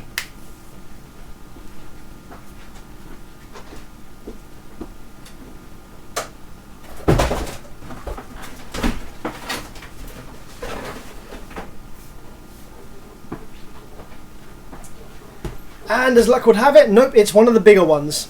So, but I do actually have one of the smaller ones down here that I can take the preamp board from. So, depending on how quick this one is, I might still do that for you this evening. But it's getting kind of late now. So this one has a fuse removed, which means that it has been tested already. So, what do we reckon then? So far we've had solder bridges on 3 amplifiers. One amplifier has worked perfectly fine, and one amplifier has had really weird input section issues. So this is the last one for this evening. Let's crack her open. Oh, thank you very much, Matthew, for the 2. Massively appreciated, buddy. Do you have a favourite album of all time? That's a tough one, because I have such a diverse range of music that I listen to. Favourite album? So growing up in my teens, I was a massive metalhead, and one of my favourite albums was by a band called Element 80. I really loved that stuff. I think it was just called Element 80. That was the name of the album.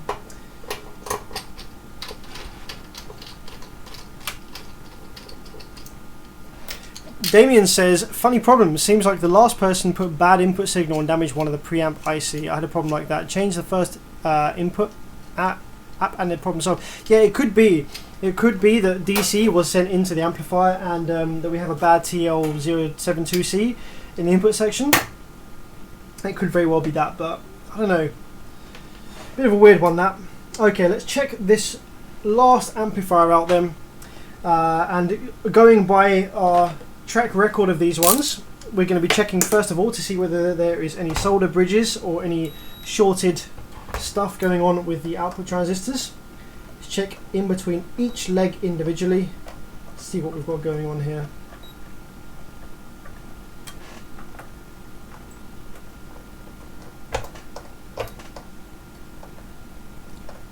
Okay, doesn't seem to be any shorts on there.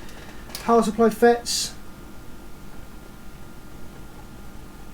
Power supply is not shorted. That's looking good. So let's power her up then and see if we have any audio on the outputs. Oh, wait a second.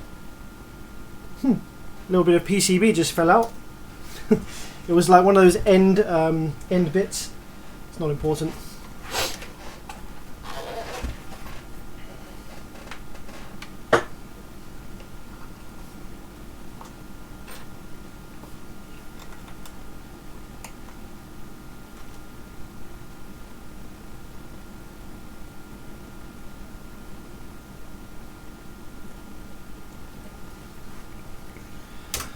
Okay, let's see if it powers up first. Probe on the power supply MOSFET drain.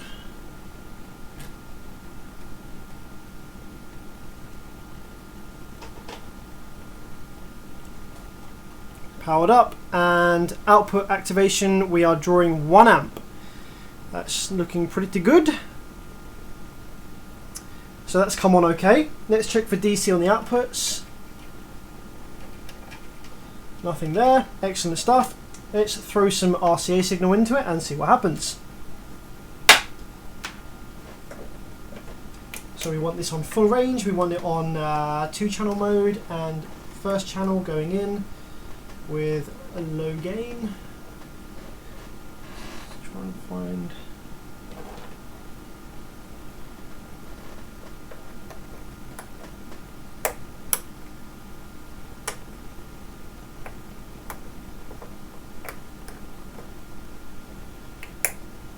gains will turn up pretty high on this one. Not that that means anything. Okay, so we should have audio on channels 1 and 3 to start with. That's looking promising. So let's zoom out on my scope a little bit. Ooh, hang on a minute, that doesn't look too nice. That wave shape.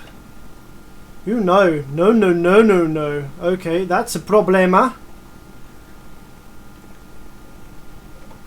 So that is similar to the issue we had on the other amplifier, where we are missing like half of the wave. That looks freaking terrible. Look at that. What the junk. Get a bigger view of that. So let's see whether that's the case on all channels. So channel 1 definitely looks pretty nasty. Channel 3... Okay, so channel 3 actually has, well, a big ass square wave on it because the gain's obviously turned up too high. But channel 3 looks clean. Okay, so channel 1 is the only one with the issue so far. Let's try channels 3 and 4.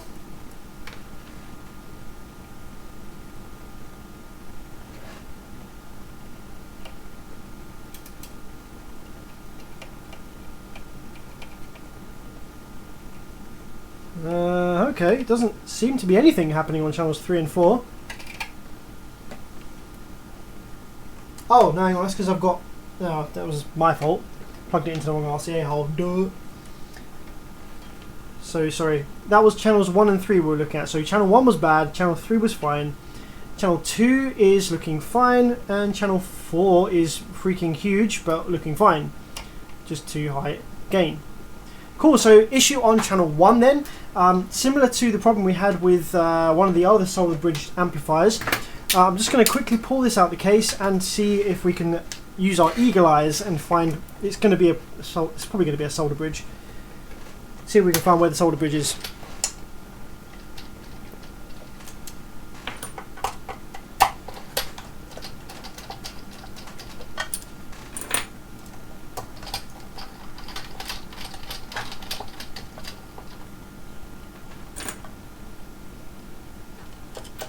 It's a clipping.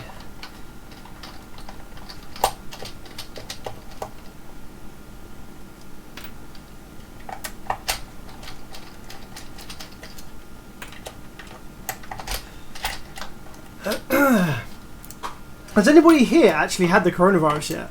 Has anyone contracted it? What's it like if you have? Or does anybody know anyone that's got it bad?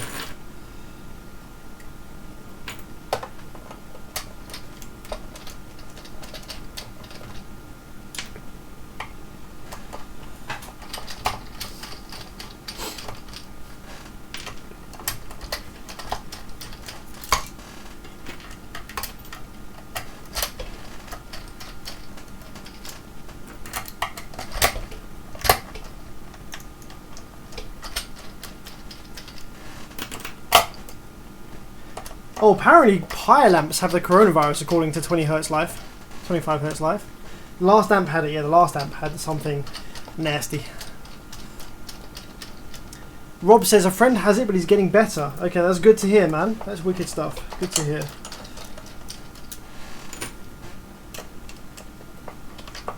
It killed my boss, he was 76. Fucking hell.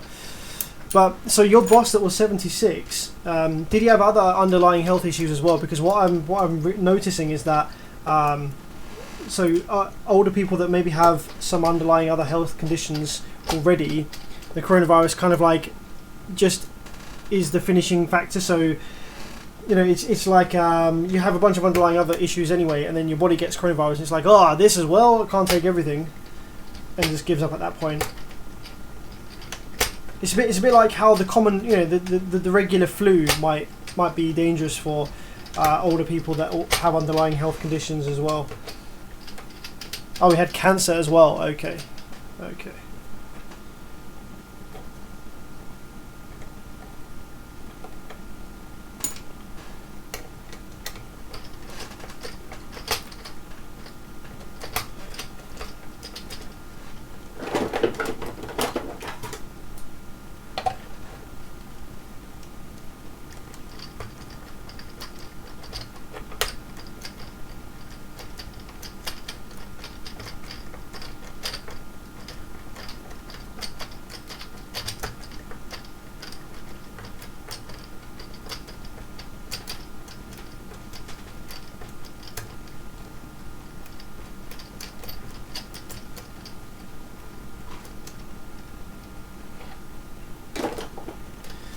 Okie dokie. Is this almost ready to come out yet?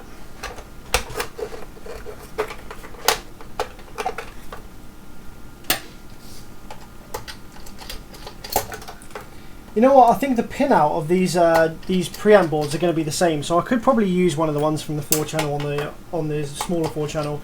It would probably work just fine, but I'd like to keep it all the same.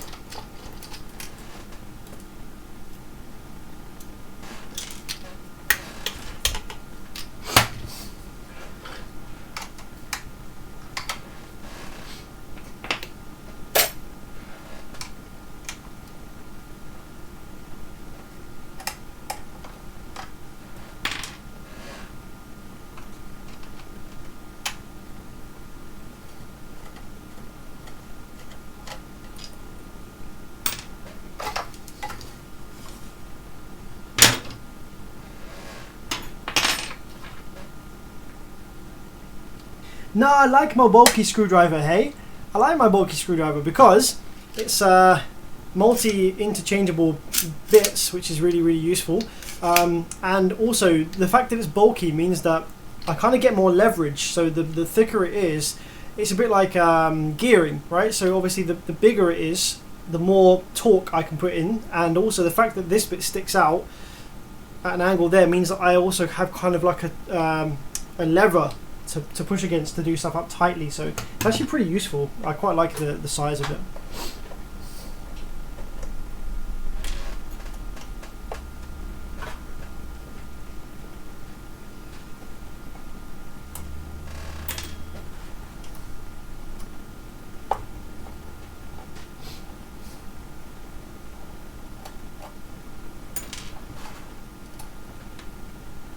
Okay, should be one of the last screws, and then we can have a look, use our eagle eyes, and find where the solder bridge is, because it's going to be a solder bridge on this one, I guarantee it. Almost guarantee this one's going to be a solder bridge.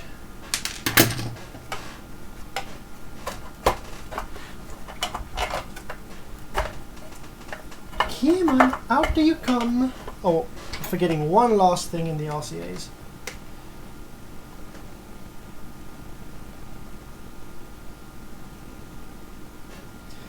I'm pretty sure I got this screwdriver from like, I don't know, like Wilkinson's, like just a really cheap department store. And you can like, it's like a revolver. You can switch between bits. It's really useful. Crap. It's really useful when it works. I have slightly damaged mine though, because I've been using it, so I've slightly damaged it, so it doesn't quite work as well as it used to when it was new, but it still works pretty good.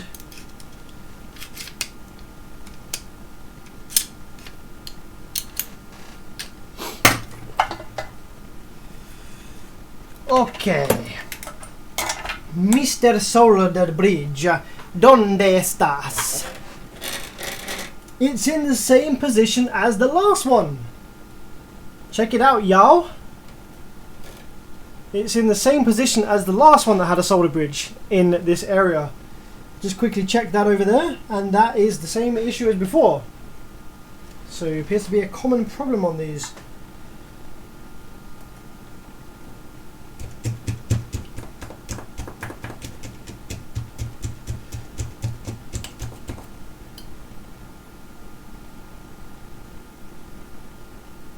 ¿Dónde está el problema?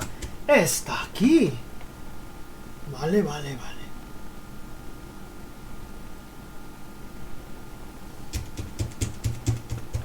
¿Por qué estos problemas está aquí todo el tiempo? Porque este amplificador es muy malo.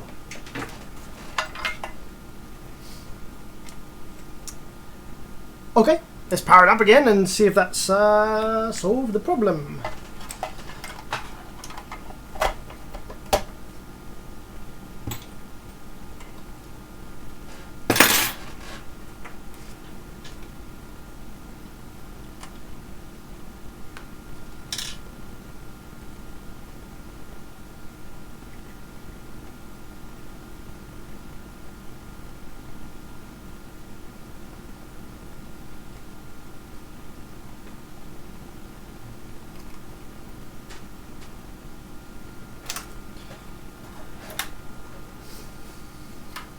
Okay, signal. The issue was on channel 1 before. Oh shit. Shit. Did you see what happened just then? I slid the board while I plugged the RCA in. And I think some current drew.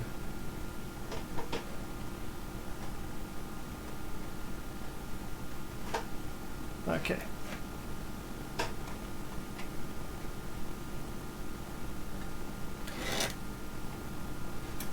Okay, so yep, channel 1 was the issue before. Ah, it's still there, hey?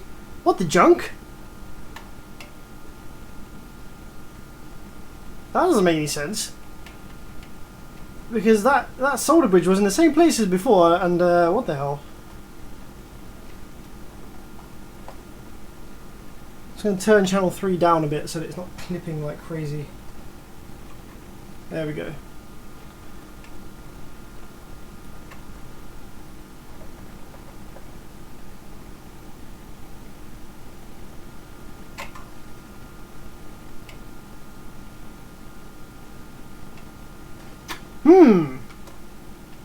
Okay, so issue still there. Maybe the solder bridge is elsewhere, but that is really strange because that is the same solder bridge area that was there on the other amplifier. I'm just going to flip the switches around and see whether the sine wave changes shape by flicking the switches around.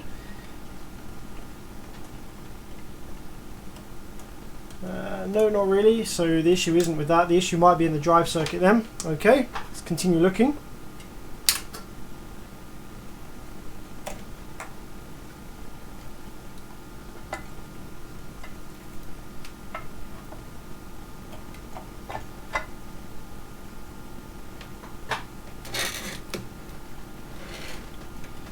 Okay, so that was the problem before on the other amplifier. So that problem isn't there anymore.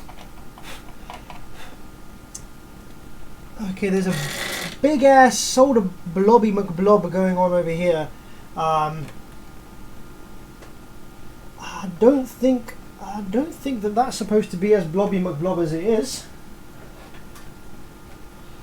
Let's just use our soldering iron to clean that up a little bit, because that looks like a bunch of things all connected together, and they might be supposed to be connected together, but it's hard to tell because solder is covering the whole lot. Actually, I think these are probably all actually meant to be kind of connected together, perhaps.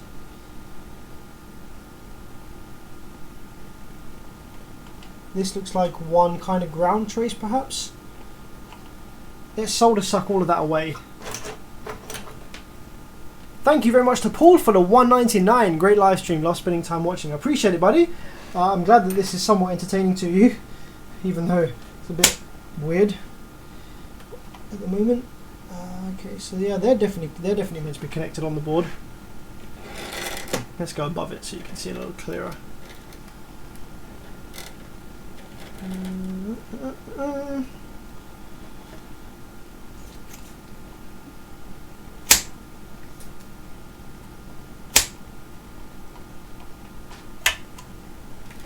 Just want to look at the traces, and I want to just make sure that these are actually all supposed to be connected. Yeah, it looks like they are supposed to all be connected. Looks like the trace is the same for all of these. Okay, so that's not the problem. Move on to the next area. Use our eagle eyes and have a quick look. So channel 1 is the problem. So let's have a look at the output of channel 1. Just get the area correct. Let's have a look at the drive circuit for channel 1, because it could be a drive circuit issue with a solder bridge over in the drive circuit. So channel 1 is over here, and we're going to have continuity between the output terminal and here. Okay, so this is channel 1. So let's take a look and see if we can see any solder bridges in the drive circuit for channel number 1.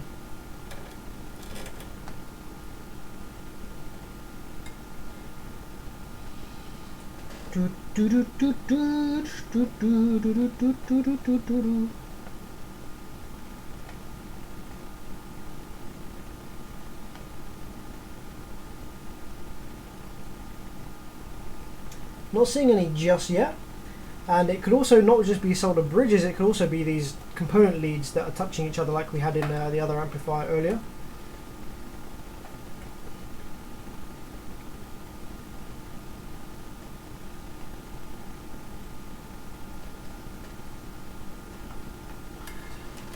There's a big old blob over here. That's connected, that's connected.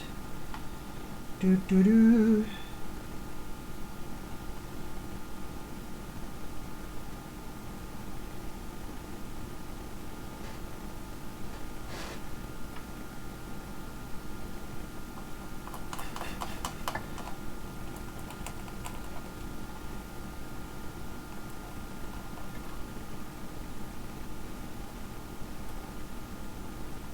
Okay, what I'm going to do is I'm going to power it up again, and I'm going to see what the sine wave looks like when it comes out of the preamp board. Okay, let's shove this down here for a sec. Stay.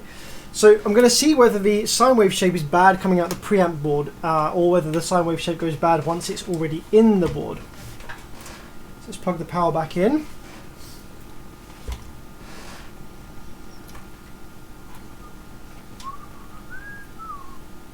Bevis, where would you say you learned most of your skills? By doing this, literally. I just tried repairing amplifiers and just got to know like common issues just from trial and error of trying to repair them. And also Perry's Amplifier Repair Guide. Perry Babin's Amplifier Repair Guide from bca1.com. I don't know if that website still exists actually, but yeah, he did a fantastic amplifier repair guide that taught me a lot of the basics. So if you want to learn the basics of amplifier repair, go and download the guide from bca1.com. Their Class D amplifiers do produce more noise than Class AB amplifiers most of the time. Why are Class D amplifiers not used? Yeah, so yeah, Class D amplifiers are generally noisy, dirty, blah, blah, blah, whatever. But they are getting better. This is a very flimsy PCB indeed. But Class D amplifiers that are noise free and as good as like previous Class AB amplifiers do exist. They're very expensive. Class D technology has come a long way. So at this point, take a good Class D amplifier, take a good Class AB amplifier. With AB listening, you might not be able to tell the difference. They are very, very good now. But back in the day, that wasn't the case. Let's go over here to the preamp section. So I'm looking to see what the sine wave shape looks like coming out of the preamp board here. And I'm just going to work out which one is channel number 1. Should be bottom right. Which is that one.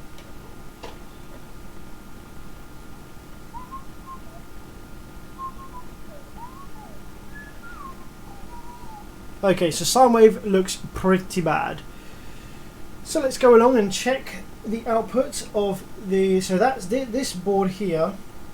This board here is responsible for the plus and minus little auxiliary rails. Do we have any sine waves on any of these? A little sine wave here. I'm going to turn the scope down a bit so we can see clearer.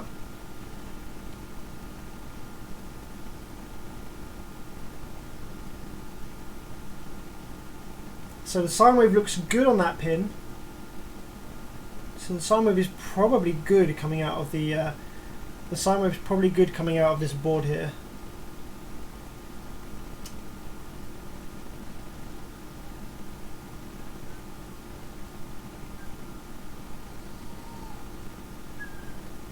Yeah, so the sine wave that's coming out of the board actually looks pretty good.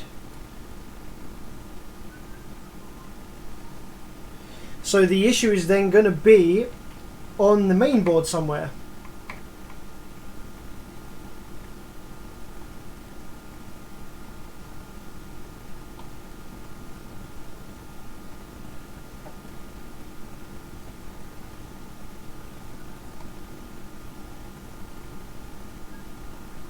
Let's see if the sine wave makes its way into the drive circuit over here cleanly or not.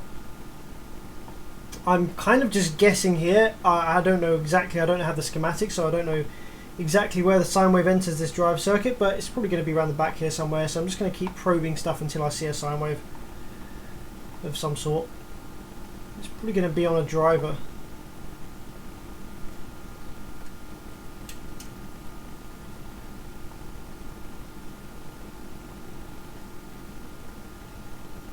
Here we go. There we go. This channel. Sorry, this channel. I was probing the wrong channel just now.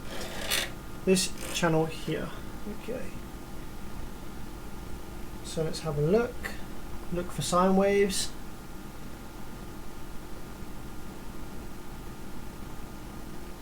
Okay. Well, that looks like kind of half of a sine wave. That doesn't look too good. So that's right at the back of this drive section. That doesn't look too clean either. The bottom of that is kind of cut off. The sine wave looks clean here, however. So we have a clean sine wave all the way over to here. So I would say that the preamp circuit is probably fine, and the issue is going to be in the drive circuit for this single channel over here. Yeah, the sine wave is good coming out the preamp board. So the issue then is going to be in this drive circuit somewhere. There's going to be a little solder bridge or something that we just can't quite see.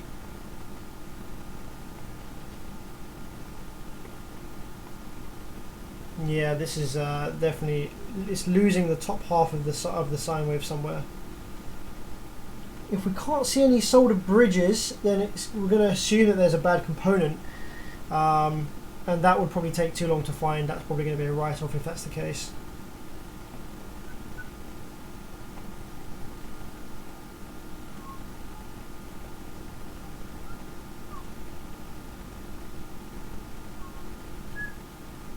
Oof. That looks freaking terrible.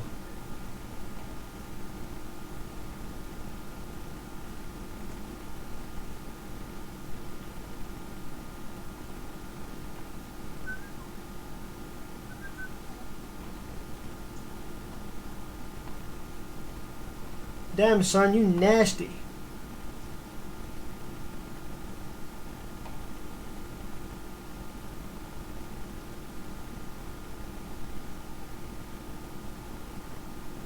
I really can't see any obvious solder bridges, you know, guys. What I might do is I might just take my soldering iron out and just like go ahead and randomly like reflow a bunch of these connections and see if that makes a difference.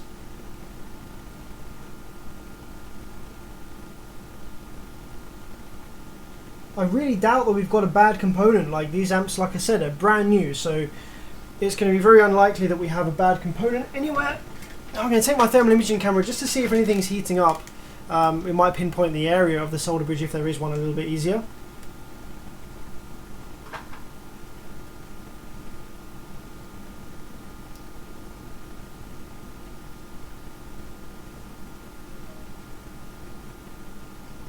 There's actually something over here that's getting to like 60 degrees. And I don't think that's present on the other channels. No, it's not. There is actually something getting really, really hot over here. I'm just going to flip the board over and see if I can see what that is from the other side.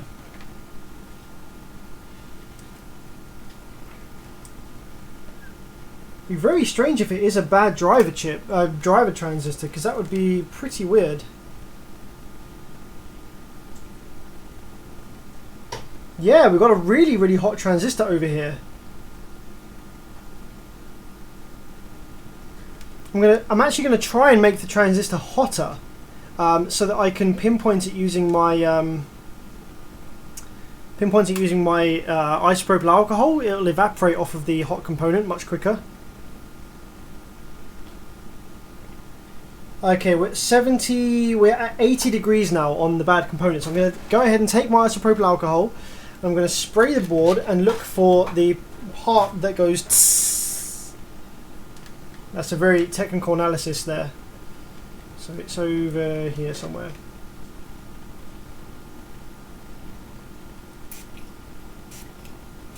Looks like it could be this driver here. This is evaporating very quickly off of this driver here.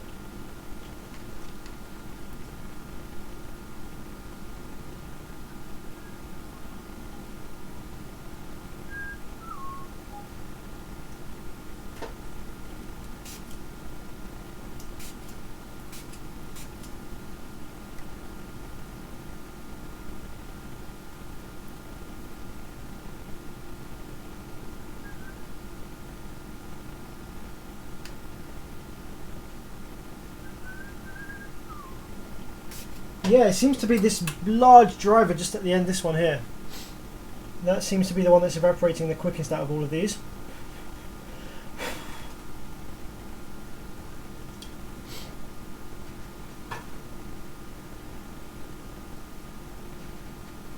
I think I'm going to get it to about 100 degrees perhaps.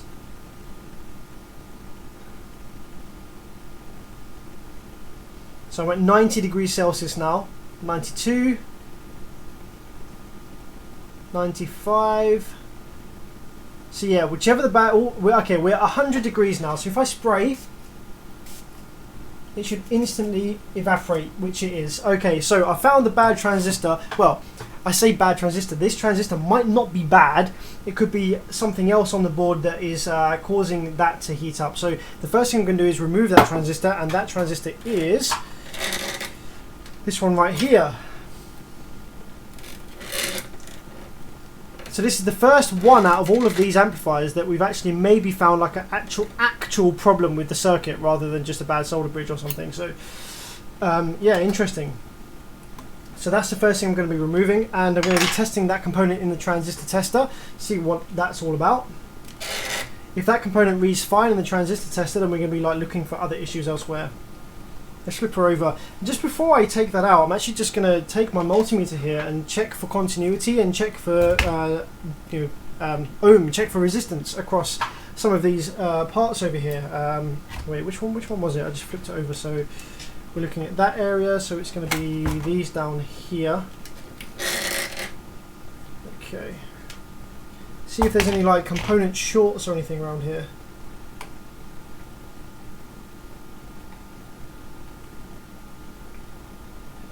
So this isn't actually this isn't shorted.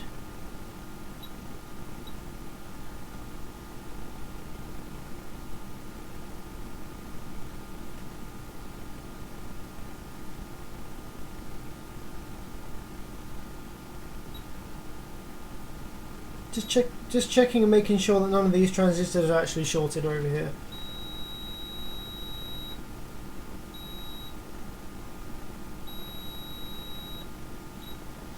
Alright then, let's go ahead and remove that part that was getting to 100 degrees. I'm not convinced that this transistor is actually bad, you know. I reckon that it could be something else that's bad and causing that shape on this driver.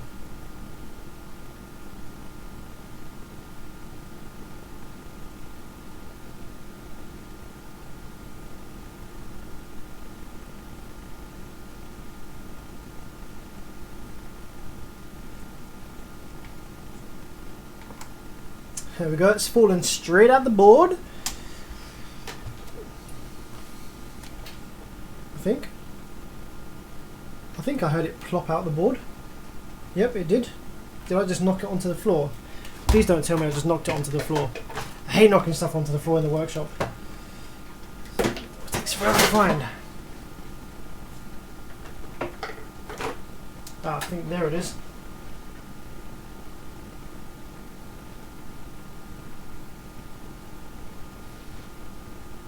Nope, that wasn't it.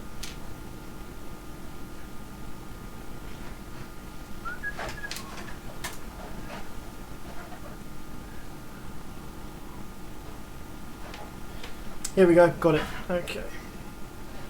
So let's grab our transistor tester. Now this is an invaluable tool. This is the MK328 transistor tester. There's many fakes floating around on the internet, so try not to get a fake one.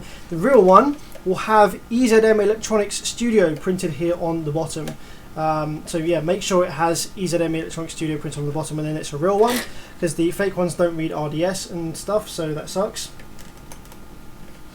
I reckon this is probably going to be fine, you know. Yeah, see, this transistor is fine. So although this transistor was reaching to 100 degrees, it's not the cause of the fault, I don't think. The cause of the fault is probably going to be elsewhere. So the next thing that I'm going to do, I think, is I'm just going to remove the output transistors. I'm going to remove the two big output transistors, and by doing that, I can power the amplifier up and try and see the shape of the sine wave before it goes to the outputs here, and see whether the shape is bad or good before the outputs. I think the easiest thing might be to do is just to cook all these up and pull it out.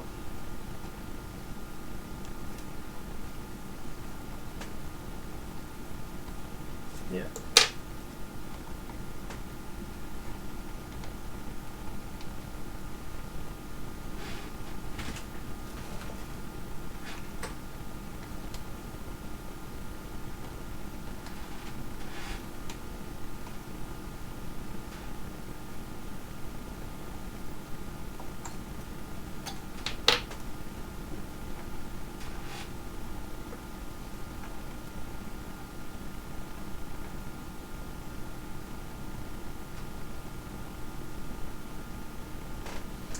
Okie dokie, so the outputs are removed now. So let's plug the power back into the amplifier and the signal, and just have a look and see if I can see where the signal goes wrong.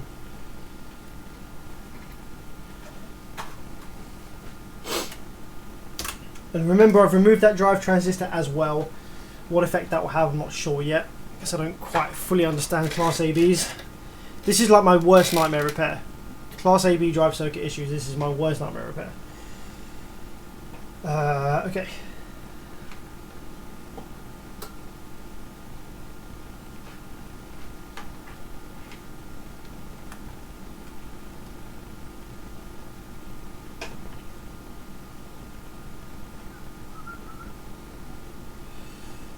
Okay then, so by the looks of it, we have Yeesh. Wow. Something freaking crazy going on. Yeah. Like, some crazy damn shiz going on the what I would call the gate, but obviously this isn't the gate because this isn't a Class D. But what I would call the gate, collector? Emitter? No, hang on. ECB. Maybe this is the base. I'm going to say whatever's going on the base of these transistors is definitely incorrect. We've got a whole bunch of DC going up. Got negative. What do we got? We've actually maybe got DC on the outputs. Maybe.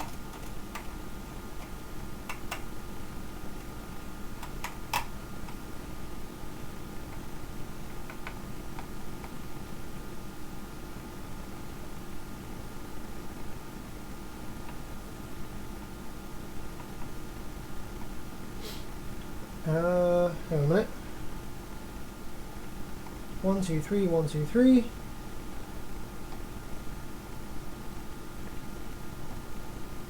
Positive rail should be on there, that's correct. Negative, we've got negative 28 volts down here.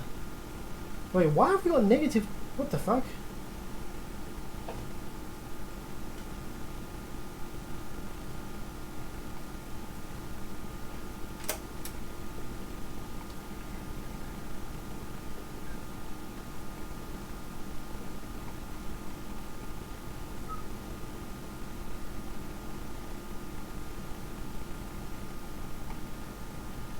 So I appear to just only have some DC going into this one here, but I am missing this driver transistor. So what I'm going to do is I'm going to put the drive transistor that I removed back in the board because, well, it tested fine, so I don't think that's the issue. So I'm going to put that back in the board and then continue testing, and hopefully we'll get more consistent results.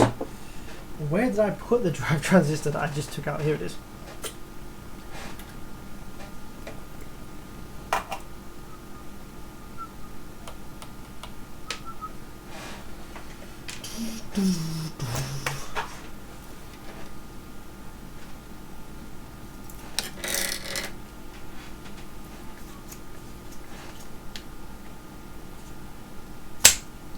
Like I said, this is my worst nightmare type of repair. Class AB drive circuit. No thank you, sir. Okay.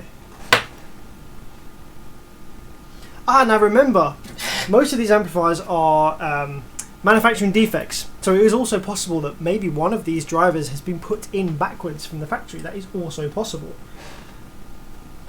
So let's just check the board and make sure that none of these are like backwards or anything crazy like that.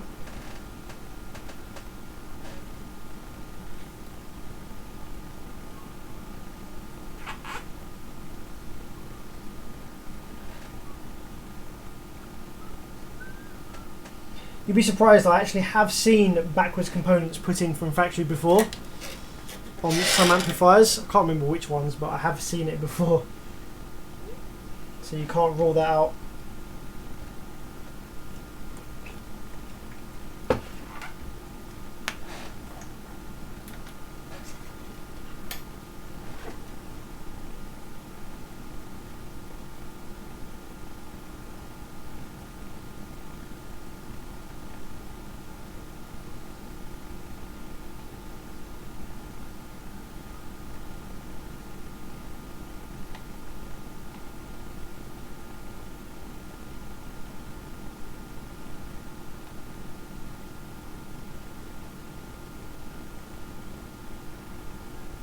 Just going over with my eagle eyes, making sure I can't see any solder bridges.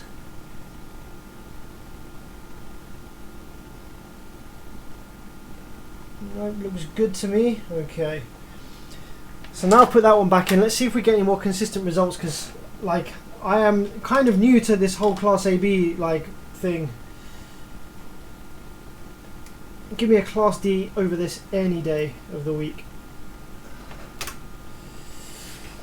Okay, so I'm looking for something on these that would be driving these transistors. We got one hole, 2 hole, 3 holes. So we've got 1, 2, 3 along here. Okay, so this isn't anything. So we've got 1, 2, 3. Positive rail voltage is good. Okay, so this is still looking janky as hell.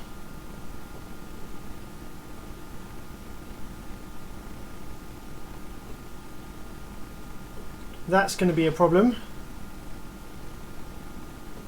And that's also a problem.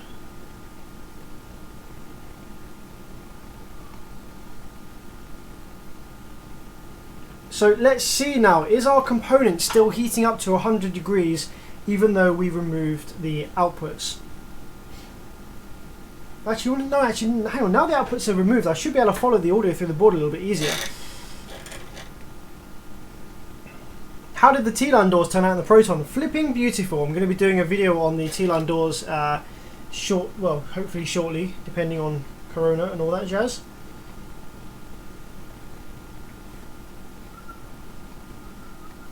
Here we go. So by the looks of it, I should be able to follow the audio signal through the board a little bit easier now.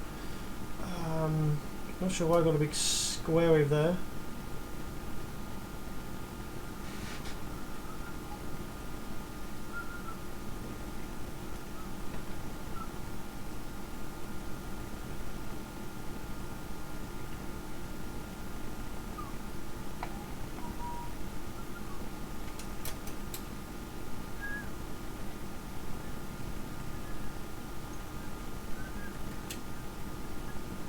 That looks pretty nasty, doesn't it? That's riding along the top of some kind of positive rail.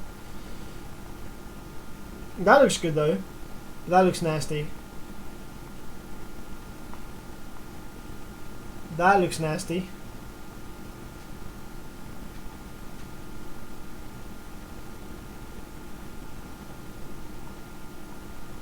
Sine wave coming in strong over here.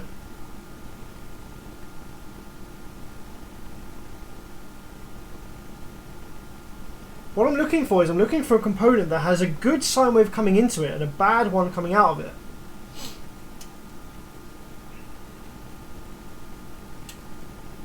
Oh man, you know, I don't freaking know.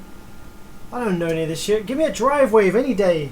Stop making me chase sine waves all the way through this board that don't make, it's not linear, it doesn't make any sense.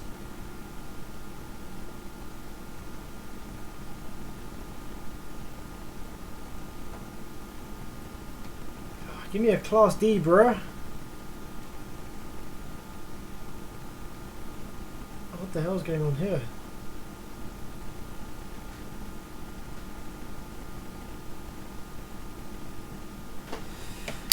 Yeah, let's flip her over and see whether that component is still getting to like 100 degrees.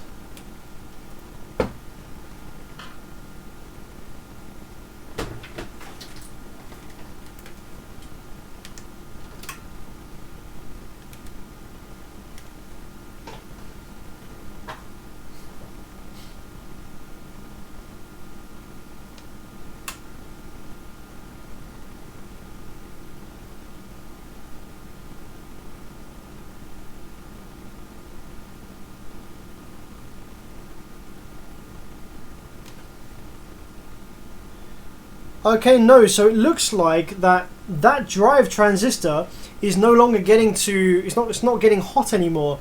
So it was only getting hot when the output transistors were in the board. Just out of pure interest, let's test the output transistors. Let's just see whether they were bad. I don't think they were, but I mean I can't imagine why they would be. But see, this is the problem with Class AB, right? So component gets really hot, so you remove it and it's fine. You then remove the outputs, component doesn't get hot anymore, components check out, the outputs check out okay. Where's the freaking problem, bruv?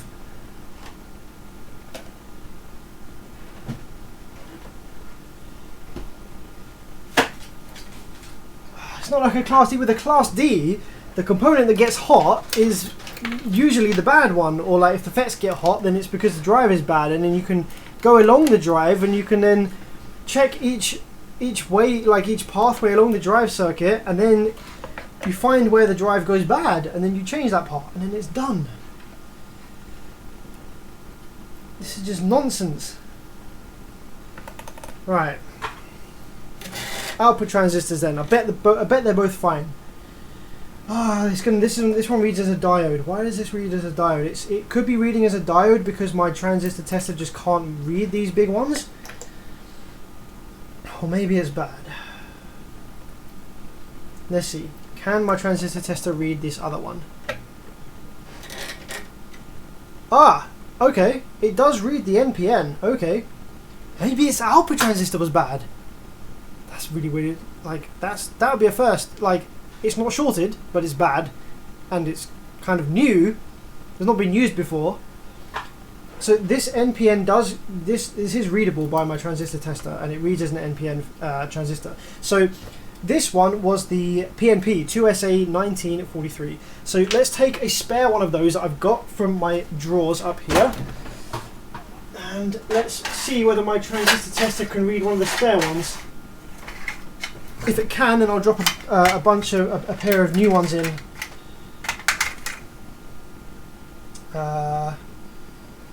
What's this one? These are really hard to read, these markings.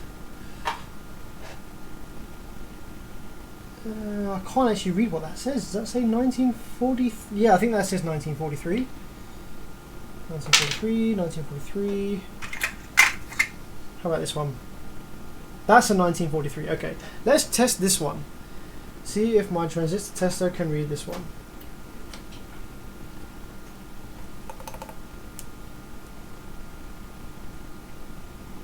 It can! Okay. What the fuck? So maybe, just maybe, it was the output that was bad.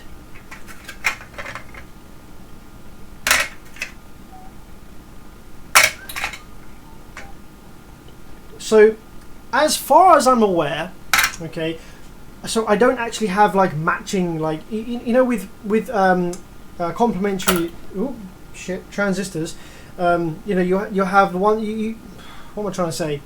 With MOSFETs, you tend to want to keep the batch the same, okay? Because they run in parallel. With Class AB, I'm of the understanding that you don't need to do that. But I believe that, you know, you're meant to get matched pairs of the NPN and PNP together.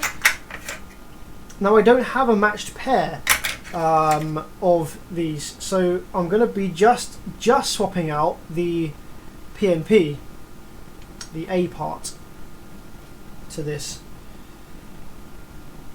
Wait, which one was the bad one again? Oh shit, this one here, this one was the bad one. Okay, so that one was the one that wasn't reading anything in my transistor. I'm going to read it one more time just to make sure I'm not going crazy.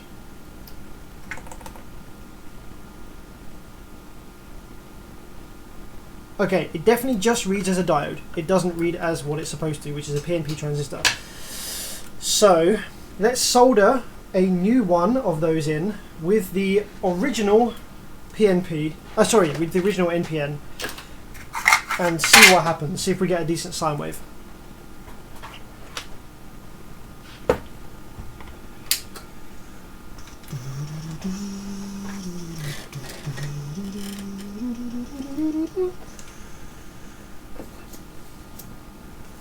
And then once this is done, I am logging the frick off and going to bed.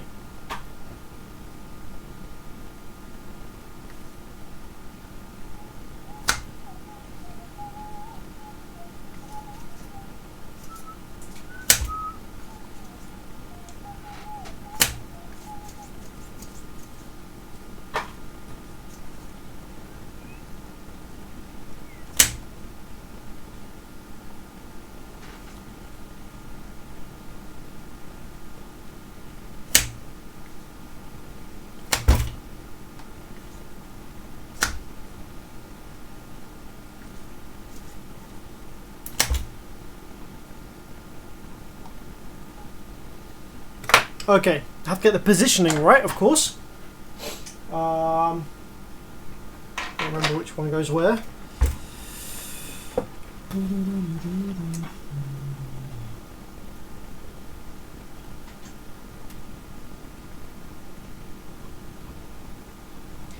appears that the two SAs go next to each other. So the two SAs should go in here. And now these are whole.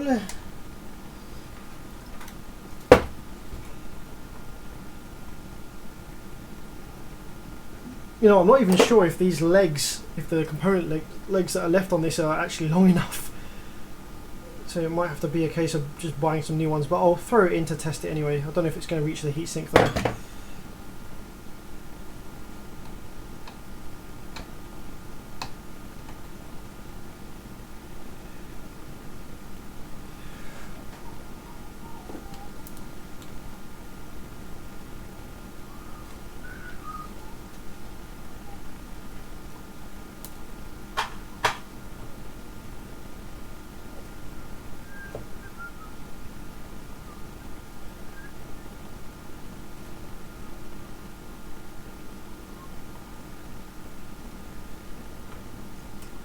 Okie day. And then the NPN, throw the NPN in last, and then we'll power it up and see what happens. Regardless of whether this works, I'm going to bed in a minute. Even if it doesn't work.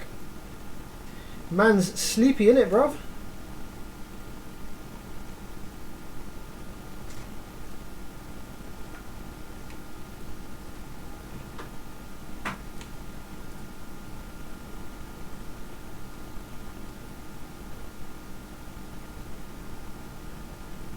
Okay, so the new NPN and well, the new PNP is fitted.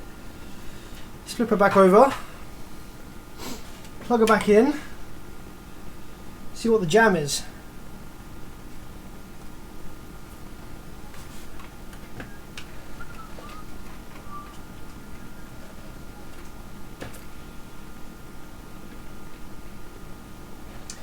Yeah, these amplifiers are brand new. For sure, these are brand new Amazon returns.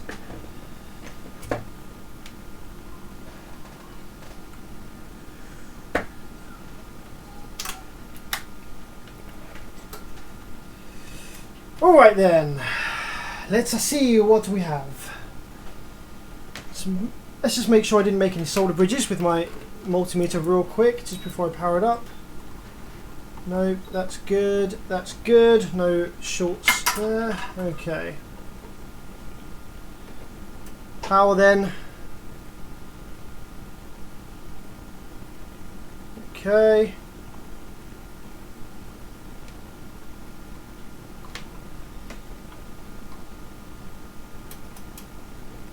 Oh! Oh! Looks like a sine wave to me. Yeah, buddy.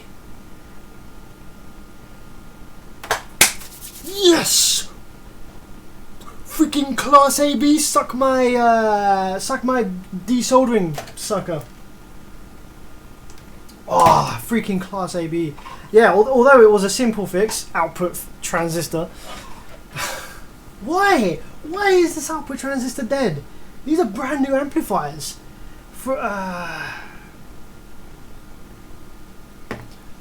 Freaking thing. So, okay, just goes to show that with a class AB amplifier with the transistors, the outputs don't have to be shorted like they are in class D. So with a class D amplifier, the MOSFETs on the output section 99.9% of the time will be fine if they're not shorted, and will be dead if they're shorted. Like if they're shorted, they'll be dead. But like, yeah, with it being transistors, so one of these transistors on the output section was just reading as a straight up a diode. Like, it wasn't a transistor anymore. Now, whether the customer plugged this in and plugged it in wrong and caused that to happen in the first place, I don't know. Or whether this was just a bad part from factory when it was assembled, I don't know. I'm glad we got to the end of it though.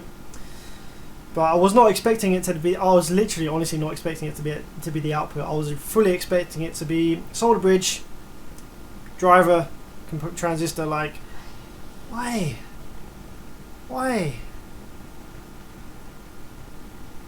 Freaking class AB.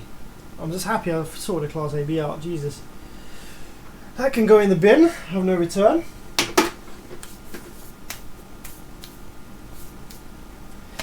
Guys. massive thank yous for sticking with me for the stream this evening. I apologise that we had a dropout earlier. I know that I lost most of my viewers earlier. We had 200 viewers earlier. We're sitting at 150-ish, which is still awesome. That's still epic for me. I'm used to sitting around 80 view, like between 50 and 80. So thank you so much for tuning in. I hope this has been somewhat entertaining. It's a bit different to usual. The issues with these amplifiers have all been like pretty simple stuff, but I wanted to show you what kind of things could be wrong with an amplifier straight out the factory, rather than being abused and used for many years. So yeah, hopefully it was insightful, interesting, and hopefully I've not embarrassed myself too much with my lack of knowledge on Class AB amplifier diagnosis. And yeah, thanks to everyone for the suggestions in the stream. We only left this live stream with one amplifier that I have put to one side for now, and that was the amplifier with the really weird duplication issue on the preamp. Don't understand that at all. So I might look at that one off stream, and I might record on video what I find with it, because I'm curious, you know. I want to learn. This amplifier's caught me out, this one with the duplication issue. I want to know what it is, so I'm going to stick at it for a bit, maybe start repairing it in my spare time a bit, and I'll video any progress that I have on it.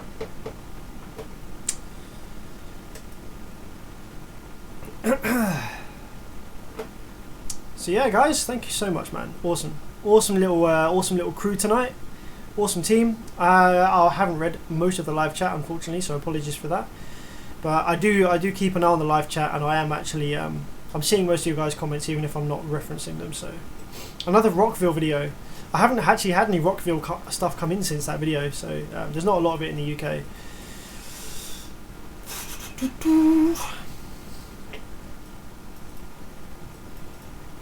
Sweet. Let me know what you guys want to see. So obviously I'm going to do some live streams. I've got some more amplifiers to do for you. I've actually got a massive pile of these being pile. I've actually got a big pile of amplifiers that I have given up on, like just ones that I've had over the last couple of years that I've tried to repair and not be able to find what the issue is with them. So it might be interesting to do a live stream of this amplifier I cannot repair, or like I gave up on. Can I now look at it again, and can we figure out what the issue is together? I've got a bunch of random ones. I've got JL Audio 1000/1 that decides to work until the rail voltage is built and then turns off. I have no idea why. I've looked at it for hours. I've got a Audison SRX, I think it's a 4-channel, that just randomly goes into Protect whenever it feels like it. It works fine, produces audio like lovely all the time. Goes into protection randomly, no idea why. Yeah, computer motherboard socket swap, Nintendo Switch console repair, some other stuff. JBL A6000 GTI, that one's a nightmare. Have you ever fixed a cab amplifier? Nope, I haven't. We don't get cab in the UK. Not that I've really seen it anyway. Do you repair audio control? Nope. There's a limited amount of brands and stuff that we get in the UK here, so unless someone has given it to me for repair, I won't know anything about it really.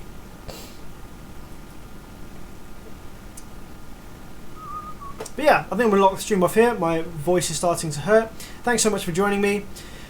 I will see you all in the next stream. Take it easy, guys. Stay safe. Have a good one.